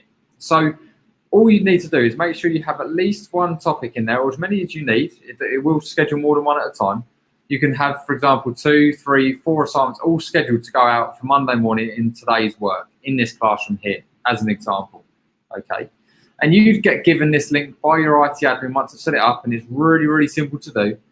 But you'll be given a link which will take you to a page that's very, very similar to this. Okay. And the first thing it's going to ask you to do is select your starter classroom. So what that means is select the classroom in which you have a post scheduled, ready to go. So for this one, it would be Google Classroom, the basics. And what it will do is it will scan through to see if there's any assignments that are ready and scheduled. So in this case, I've only got one, but I've done it with 3 or 4 assignments at a time, and it's all worked fine. It does take a little bit longer because you've got more things, but obviously the more you have, the longer it will take. But for this instance, I'm going to just use one assignment here. I'm just going to prove to you guys this isn't in other Google Classrooms just before I do it. So I'll show you it works, okay? So I'll go into my Innovators EdTech demo here, and I'll show you in here, there is no Unit 1 in the classwork page, okay? Nothing there at the moment. You can see that. And the same in this Training with BM classroom, sorry. There's nothing about Unit 1 in today's work. You can see that, okay? So you're going to see the magic now happen. You're going to ask for which classroom you wish to copy to, and you can select more than one. So as I say, I was selecting 13 or 14 classrooms when I was doing this for my school work this year. And then I just click copy. Now there is some limitations, things like you can't copy over Google Forms that are self-marking because it won't allow you to use the grade importing feature. But that's something Gavin will work on at another point. And as you can see there, it's just copied over. It's just done it and it's taken me back to the home screen. So now I'm going to go back into my Google Classes here. So it was in my Google Classroom, the basics, which I did with Jared. I'll go into my Innovators now and Classwork. And you can see there, I've now got Unit 1 in there as well. I can go in and edit. It's scheduled for the same day, for the same topic, for the same instructions, assignment, attachments, and title as well. So you can see how well that's pulled through. And also the same happens in here, in this one as well, because the Unit 1 now appears in here. So this is really good to save you guys time when you're posting the same content to lots of different people at the same time. And I'm aware this isn't in the exam, but I just want to show you, show you the possibilities and the fantastic work that Gavin has put in for us as educators here. So I just wanted to share that with you. And there is a YouTube video on my channel you can watch if you want to see more detail, but I don't want to take up any more of your time because I know there's some fantastic things upcoming. So Amber, do you want to talk us through our challenge to get our badge? Yes, so you're going to get your badge. Like we said, Rick said, it's not leaderboards, it's badges. So collect your badge on this one. Empty that to-do list in Google Classroom and take a screenshot and tag Ben and I on Twitter. So if you have this big to-do list still in there and you don't have kids anymore, get rid of it. Like take those things out of there, be done with it. And so get rid of all your to-do lists or your review list, I think that we talked about earlier today. So either whatever it's called in yours now, and then just post a link and tweet it to social media and show your evidence. And on this form, once you're done, you'll get your badge. So that's it. We love a badge. We all love a badge. That's right. Yeah, you've seen our badges on the bottom. I didn't know how to do that. Ben showed me how to do that because I didn't have a clue. So, I'm like, kudos to you. Oh, well, thank you as well. Awesome. Oh, awesome, guys. Awesome, guys. That was so good. We had a few questions. One is about like extensions, you won't be able to use them on the test like that. So that was a really good question. We've talked a lot about extensions. But yeah, so on the exam, for those of you wanting to, planning to take the exam, you'll definitely, you won't be able to, none of that'll be enabled. Yeah, that's it. Truth. Great job, guys. All the Google Classroom info and that banner. We're going to share out the slide deck after at the end of the next session, which is our last one. It's with Becky. We're going to talk about Google Sites. I know, but so you'll have access to that banner and everything at the end of all this. So great job, Amber and Ben. Thank you, everybody, and good luck. Thank you. See you guys later. Yes. All right, Becky, you ready? I'm ready. Yes. Wrapping up today. Becky been ready. She's born ready. Born ready. Yes. Are you sharing your screen? I think I am. I already have it up. I already have it up? Yep. All right. Good deal. I didn't know if it's mine. It looks the same. All right, Becky, I'm going to step out, but I'll pop in if anybody has any questions. Becky's doing this solo, so. All right. So yeah, I'm the last one for the day, and I know we're running over on time. So if you need to hop off and watch later, you can. We're going to go through sites pretty quickly because honestly, not a lot of this is on the level 2 exam.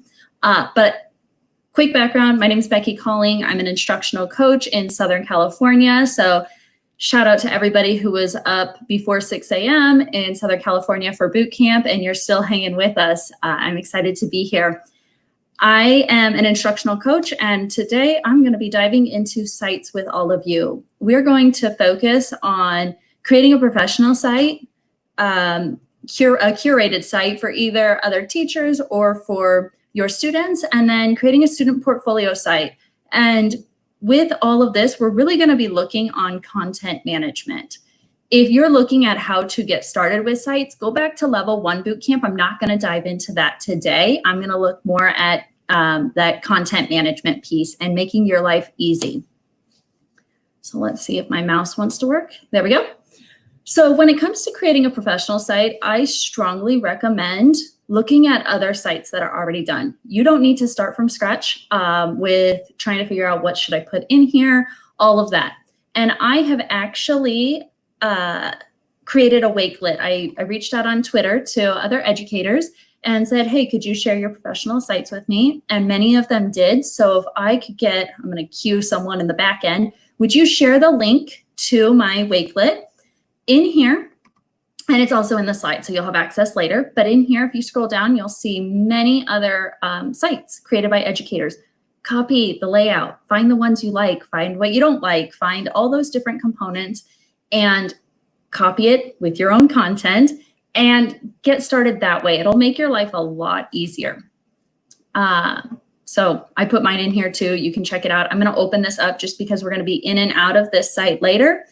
And again, I started with a little bit and then I asked other educators to share theirs and I took some of their ideas, such as putting in my tweets and putting in playlists. And so all of that you can see. I already have my picture from boot camp ready to go.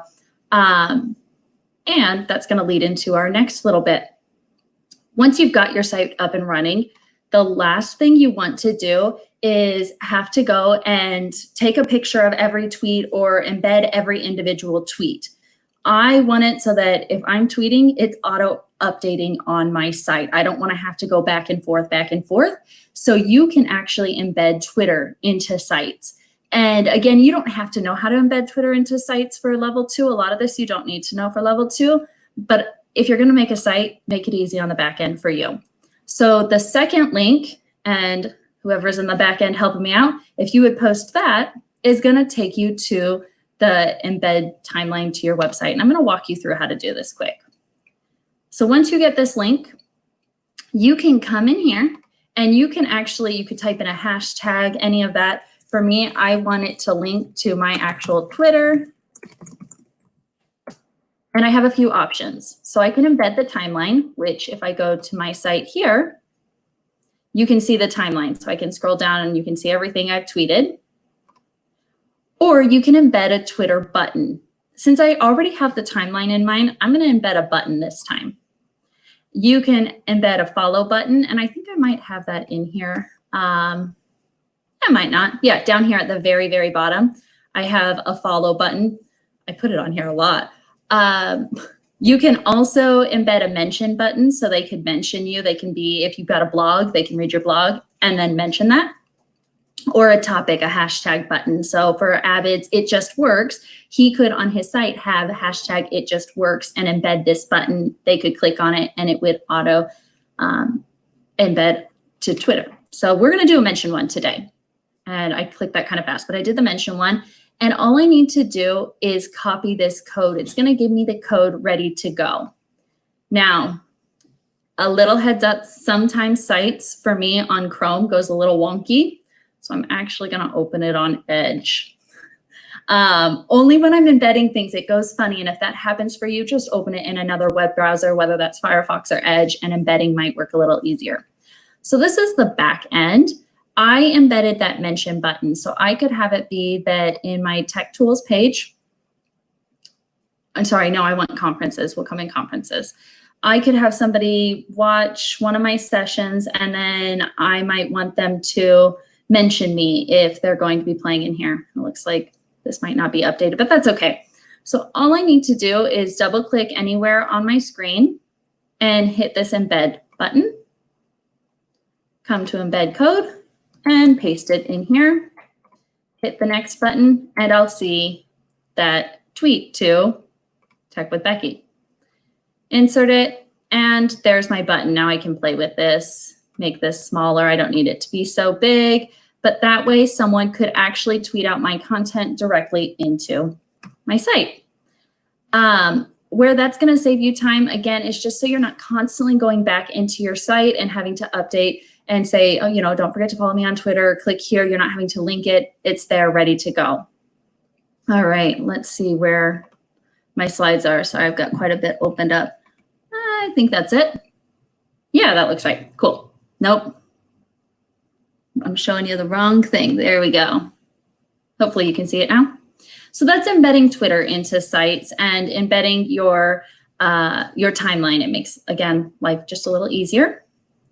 Another way to manage content is if you're using Wakelet, and you can use this with most sites, but using Wakelet. So the example of that Wakelet that I just shared with you, you can actually go into your Wakelet that you create or one of your collections, and you can hit this share button. And then down here, you're gonna see embed. And I really like the layout of this one. I can choose what I want it to look like, whether I want it to go straight across, whether I want the different little squares, grid view, or if I just want it to be a scrolling Wakelet collection.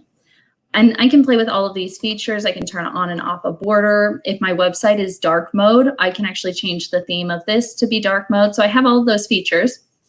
And then once I'm ready, I'm just gonna scroll down, copy that embed code, and then again, come into my site and I can embed down here or over here, put in my embed code, hit the next button and hit insert.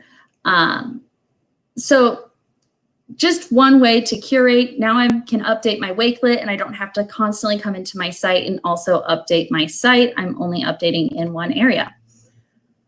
And another way to manage some content in your sites is to embed YouTube playlist in sites. So in level 1, we looked at how to embed a YouTube video into your site. And as I was putting mine together, I realized that the last thing I want to do is create a video and then put it up on Twitter and then, or sorry, not on Twitter, on YouTube, and then come into my site and add it to site.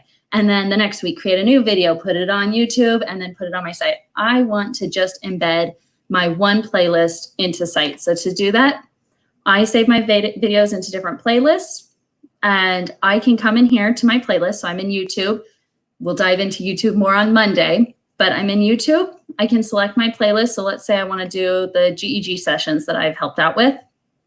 I can select that playlist, hit this share button, and I can copy this code here. Again, go into my site. Now this is a bit different. When you're embedding a playlist from YouTube, you're not going to use the YouTube button. You only use that if you're embedding one video. I want to embed my whole playlist so that way I'm not constantly updating my site. It'll do it for me. So I actually hit this embed button again, and this time I'm embedding a URL. Now I'll see that it's my playlist, and I know it's the playlist because it's got the little playlist button up here. And then just hit insert and play around with it. So you have all of those options. Again, people would be able to then come in here. It'll have all of your videos in a playlist. I don't have to update every single video into my site this way because it auto does it for me. So those are just a few features with to curate your content. The next, to curate your content on your site. So that content management. The next thing we're going to look at is making a site of curated content. So what does that mean? If you've got a lot of websites that you want your students to be able to access, or you want other teachers to access, you just want a site with content. A great thing to utilize is Google Sites. And I have an example here of a site that's all content. I'm not actually making anything of my own. I'm just taking all of this content I have and putting it into one site. I'm arranging it, in multiple different ways. So you see I have the categories, and then within the categories, I have curated content in here. And this is actually a site I created. And so I can come in here. And just so you know, if you've created the site, if you're the owner, when you go to that site homepage, you can come to the bottom right corner and there's a pencil to edit. So I can easily, as the site owner, I can easily go in and edit it this way. And again, this is just a site to curate content for students. So you can decide what that looks like. I took images, and they're gonna load slow because there's a lot going on right now. I just took images and made them buttons, and these buttons lead to different pages. And you'll see right here, it leads to a different page in my site. So I've got, and this one's a sub page. I've got different sub pages. I can also come up here and click on it. And then within my sub pages, I add all of the different content, and students can easily come in here and access this content. They don't have to constantly ask me, oh, where do I go for this coding link? They know, just go to my curated site link. All right, the next thing we are going to look at, and my section is pretty quick. So the next thing and last thing is creating student portfolios. This is a nice way to have your students take ownership of their work and have your students actually go in and create their own site. And throughout the year, especially if we're going to be starting virtually, whether we do or not, your students can share their content, whatever they're making. They can, if it's a project or writing or any bit that they do that they want to save to a site, they can, and they have a portfolio to easily access and update throughout the year. And I'm just going to walk through how to do that really quickly. So I'm going to come in here. I'm going to just go into, maybe I already had it ready. I might not have, but sorry, give me 1 second. I'm going to go into sites. And honestly, I never go in this way. I'm going to go in how I always do. We all have our comfort, right?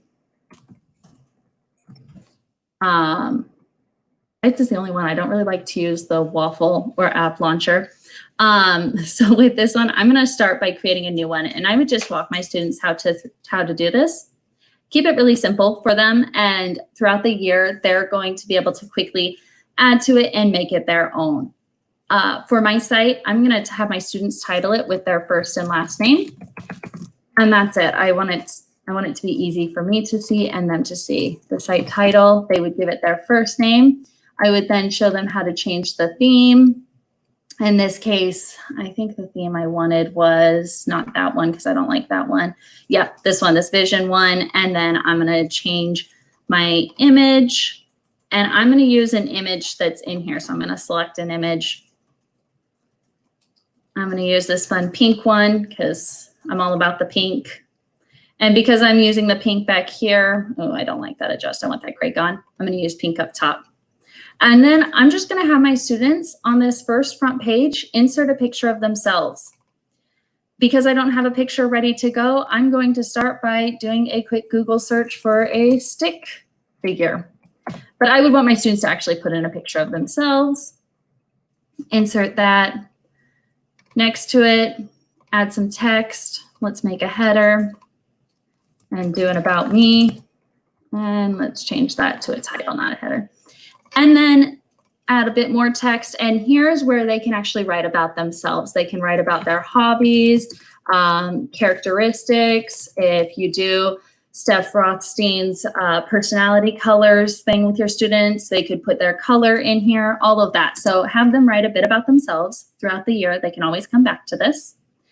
And then just create a few pages. So one page that I might have them create is a page about sports. If they like to play different sports throughout the year, they can add pictures or trophies or awards, all of that, and really make this their own. Give them at least one page that can be something outside of academics, something that's their own. I could have them create a page on academics. And so on here, throughout the year, as students do different assignments or projects, all of that they're really proud of, they can add that. And you as a teacher might choose to give them a rubric that you have to have, you know, X number of these type of assignments and X number of these type of assignments. That's all up to you. But allow your students that flexibility to make it their own and to take ownership of their site. And then finally, you could have one for awards. Keep it really simple to get started. Really simple. Again, your students are taking ownership of this and they are making the site. They can then later publish it and share the site with you, or they can add you as a content manager. So they would be able to add you and you can come in and see it while they're still in the editing phase. But totally up to you and depends on the age range. I work with elementary students, so I would definitely want to be added into each of their sites while they're editing. But with the older students, you may give them more of that ownership and just have them share the link with you and after they've published it for the first time. 100% up to you, but that is really the gist of sites. And when it comes to level 2, it's just making yourself familiar with what's out there, what's available, and how to make your life easy. There's no reason that you're adding every single YouTube video to your site unless you want to. Some people do. I don't have time for that. I want it to be in a playlist and I want my life to be simple. So earn your site transformer badge by creating a professional Google site. And it can be of any sorts. I've seen some that are professional, but you still have your hobbies on there, whether it's bike riding or food or any of that. And embed either a YouTube playlist, a Wakelet, or a Twitter stream like I did on mine. And again, you have the Wakelet so you can see some different examples of my site and other sites that are out there. And then share this on social media, especially on Twitter, and tag me on Twitter at Tech with Becky, and also tag Global GEG. And if you want, I can add it to my Wakelet of professional sites to follow. So I'm going to invite Rick or Bonnie back on stage with me and let me know if you have any questions or if people have questions. Maybe you do too. I didn't see. No, I think it was great. It was great, Becky. I'm just trying to wrap it up. I was just trying to decide which slide I was going to put up here on the screen to wrap it up. I appreciate everybody staying. And we've got 200 people here. We've had a solid 200 all day, so it's pretty incredible. Yeah. We will be doing this again on Monday, same time. I find now that the only way I can keep up with Global GG is to subscribe on YouTube. Like, this is not a shameless plug to subscribe. It is legit the only way I can keep up. So many sessions. It's the only way. You get it's the only way. Like, my family is now subscribed to the Global GEG YouTube channel, so they know like what I'm doing. They're like, oh wait, there's a thing. Yeah, there's a thing going on. But Becky, that was fantastic. I really think sites, like you said, it's such a powerful tool, and I really appreciate you creating all those resources so people could share them out. And Becky can vouch for the grad credit. So don't forget about that grad credit. Feel free to reach out to me if you have any questions as you're putting yours together. And I've got Wakelets of mine as samples. Yeah. And so I've got a bit.ly for the, if anybody hasn't dropped it in the chat yet, I'm going to put it right now for the slide deck. It'll also be on our website with all these amazing slides. Yes. And to all of you great people who came out, here's I put it in the chat. Luis. Hey, and another thing is, don't freak out if you think everything was really fast paced. The recording is still here. You can go back. You can watch it at half speed if you want, and if you want to review. So Don't freak out. This is great to watch before you take the test, for sure. We do have one question about practice quizzes other than advanced training for multiple choice questions. I just used what Google had out there for the multiple choice because there are so many different types of questions. That's a really good question. I think my biggest advice is just to go with your gut, though. And also really, really, really read the instructions in the questions, because they'll have little niggly bits about, you have to select 2 or select 1 or select 3. They're really, the questions are really tricky that way. And then sometimes you'll just click 1, and then if you only do 1 and they expected 3, you'll get it wrong. Pro tip, if it's a circle, you're only going to pick 1. If it's a square, you're picking multiples, typically. And it'll say exactly how much they're expecting too. True. And you turn on your teacher brain. Words like always and some, look for those.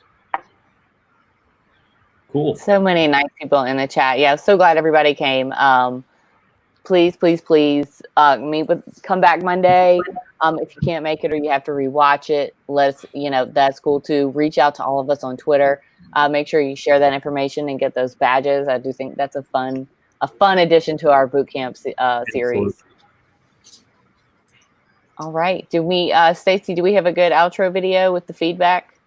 Yeah, let's do. Yeah, let's wrap it up. I'm a tried and true. Ranga the trainer. He's like my Zen master. If I put him out, let me get the feedback link up though. Yeah, so go ahead. If you fill out the feedback form, that's where you'll get that certificate. For your credit. There you go. Yep. So we can give you that certificate. I know. And that'll run during our outro too. And Becky, that was the most amazing sites thing. Oh my goodness. She's so good, isn't she? So much, just full brain dump there. So remember, and I may or may not have asked her to do that 8 hours ago. Right. Was that Becky? I know. She was like talking. I was like, you just put that together. I didn't know about setting wakelets or playlists. I mean, I knew about YouTube videos, but not playlists. That's fantastic. So yeah, no reason to embed every video you've ever created. Right. Don't double your work, people, and also reach out on Twitter if you have questions. Fun. Within reason. So cool. Within reason. What are you talking about, Luis? Within reason. Oh. You get on a meet with me, we might be stuck for hours. Yeah, and Becky, the chat lit up with your embed skills. They're like, Becky has mad embed skills. It's all the extra cool goodiness that you get from these sessions. So are you guys ready for your outro? Please. Okay. Bye, see you Monday.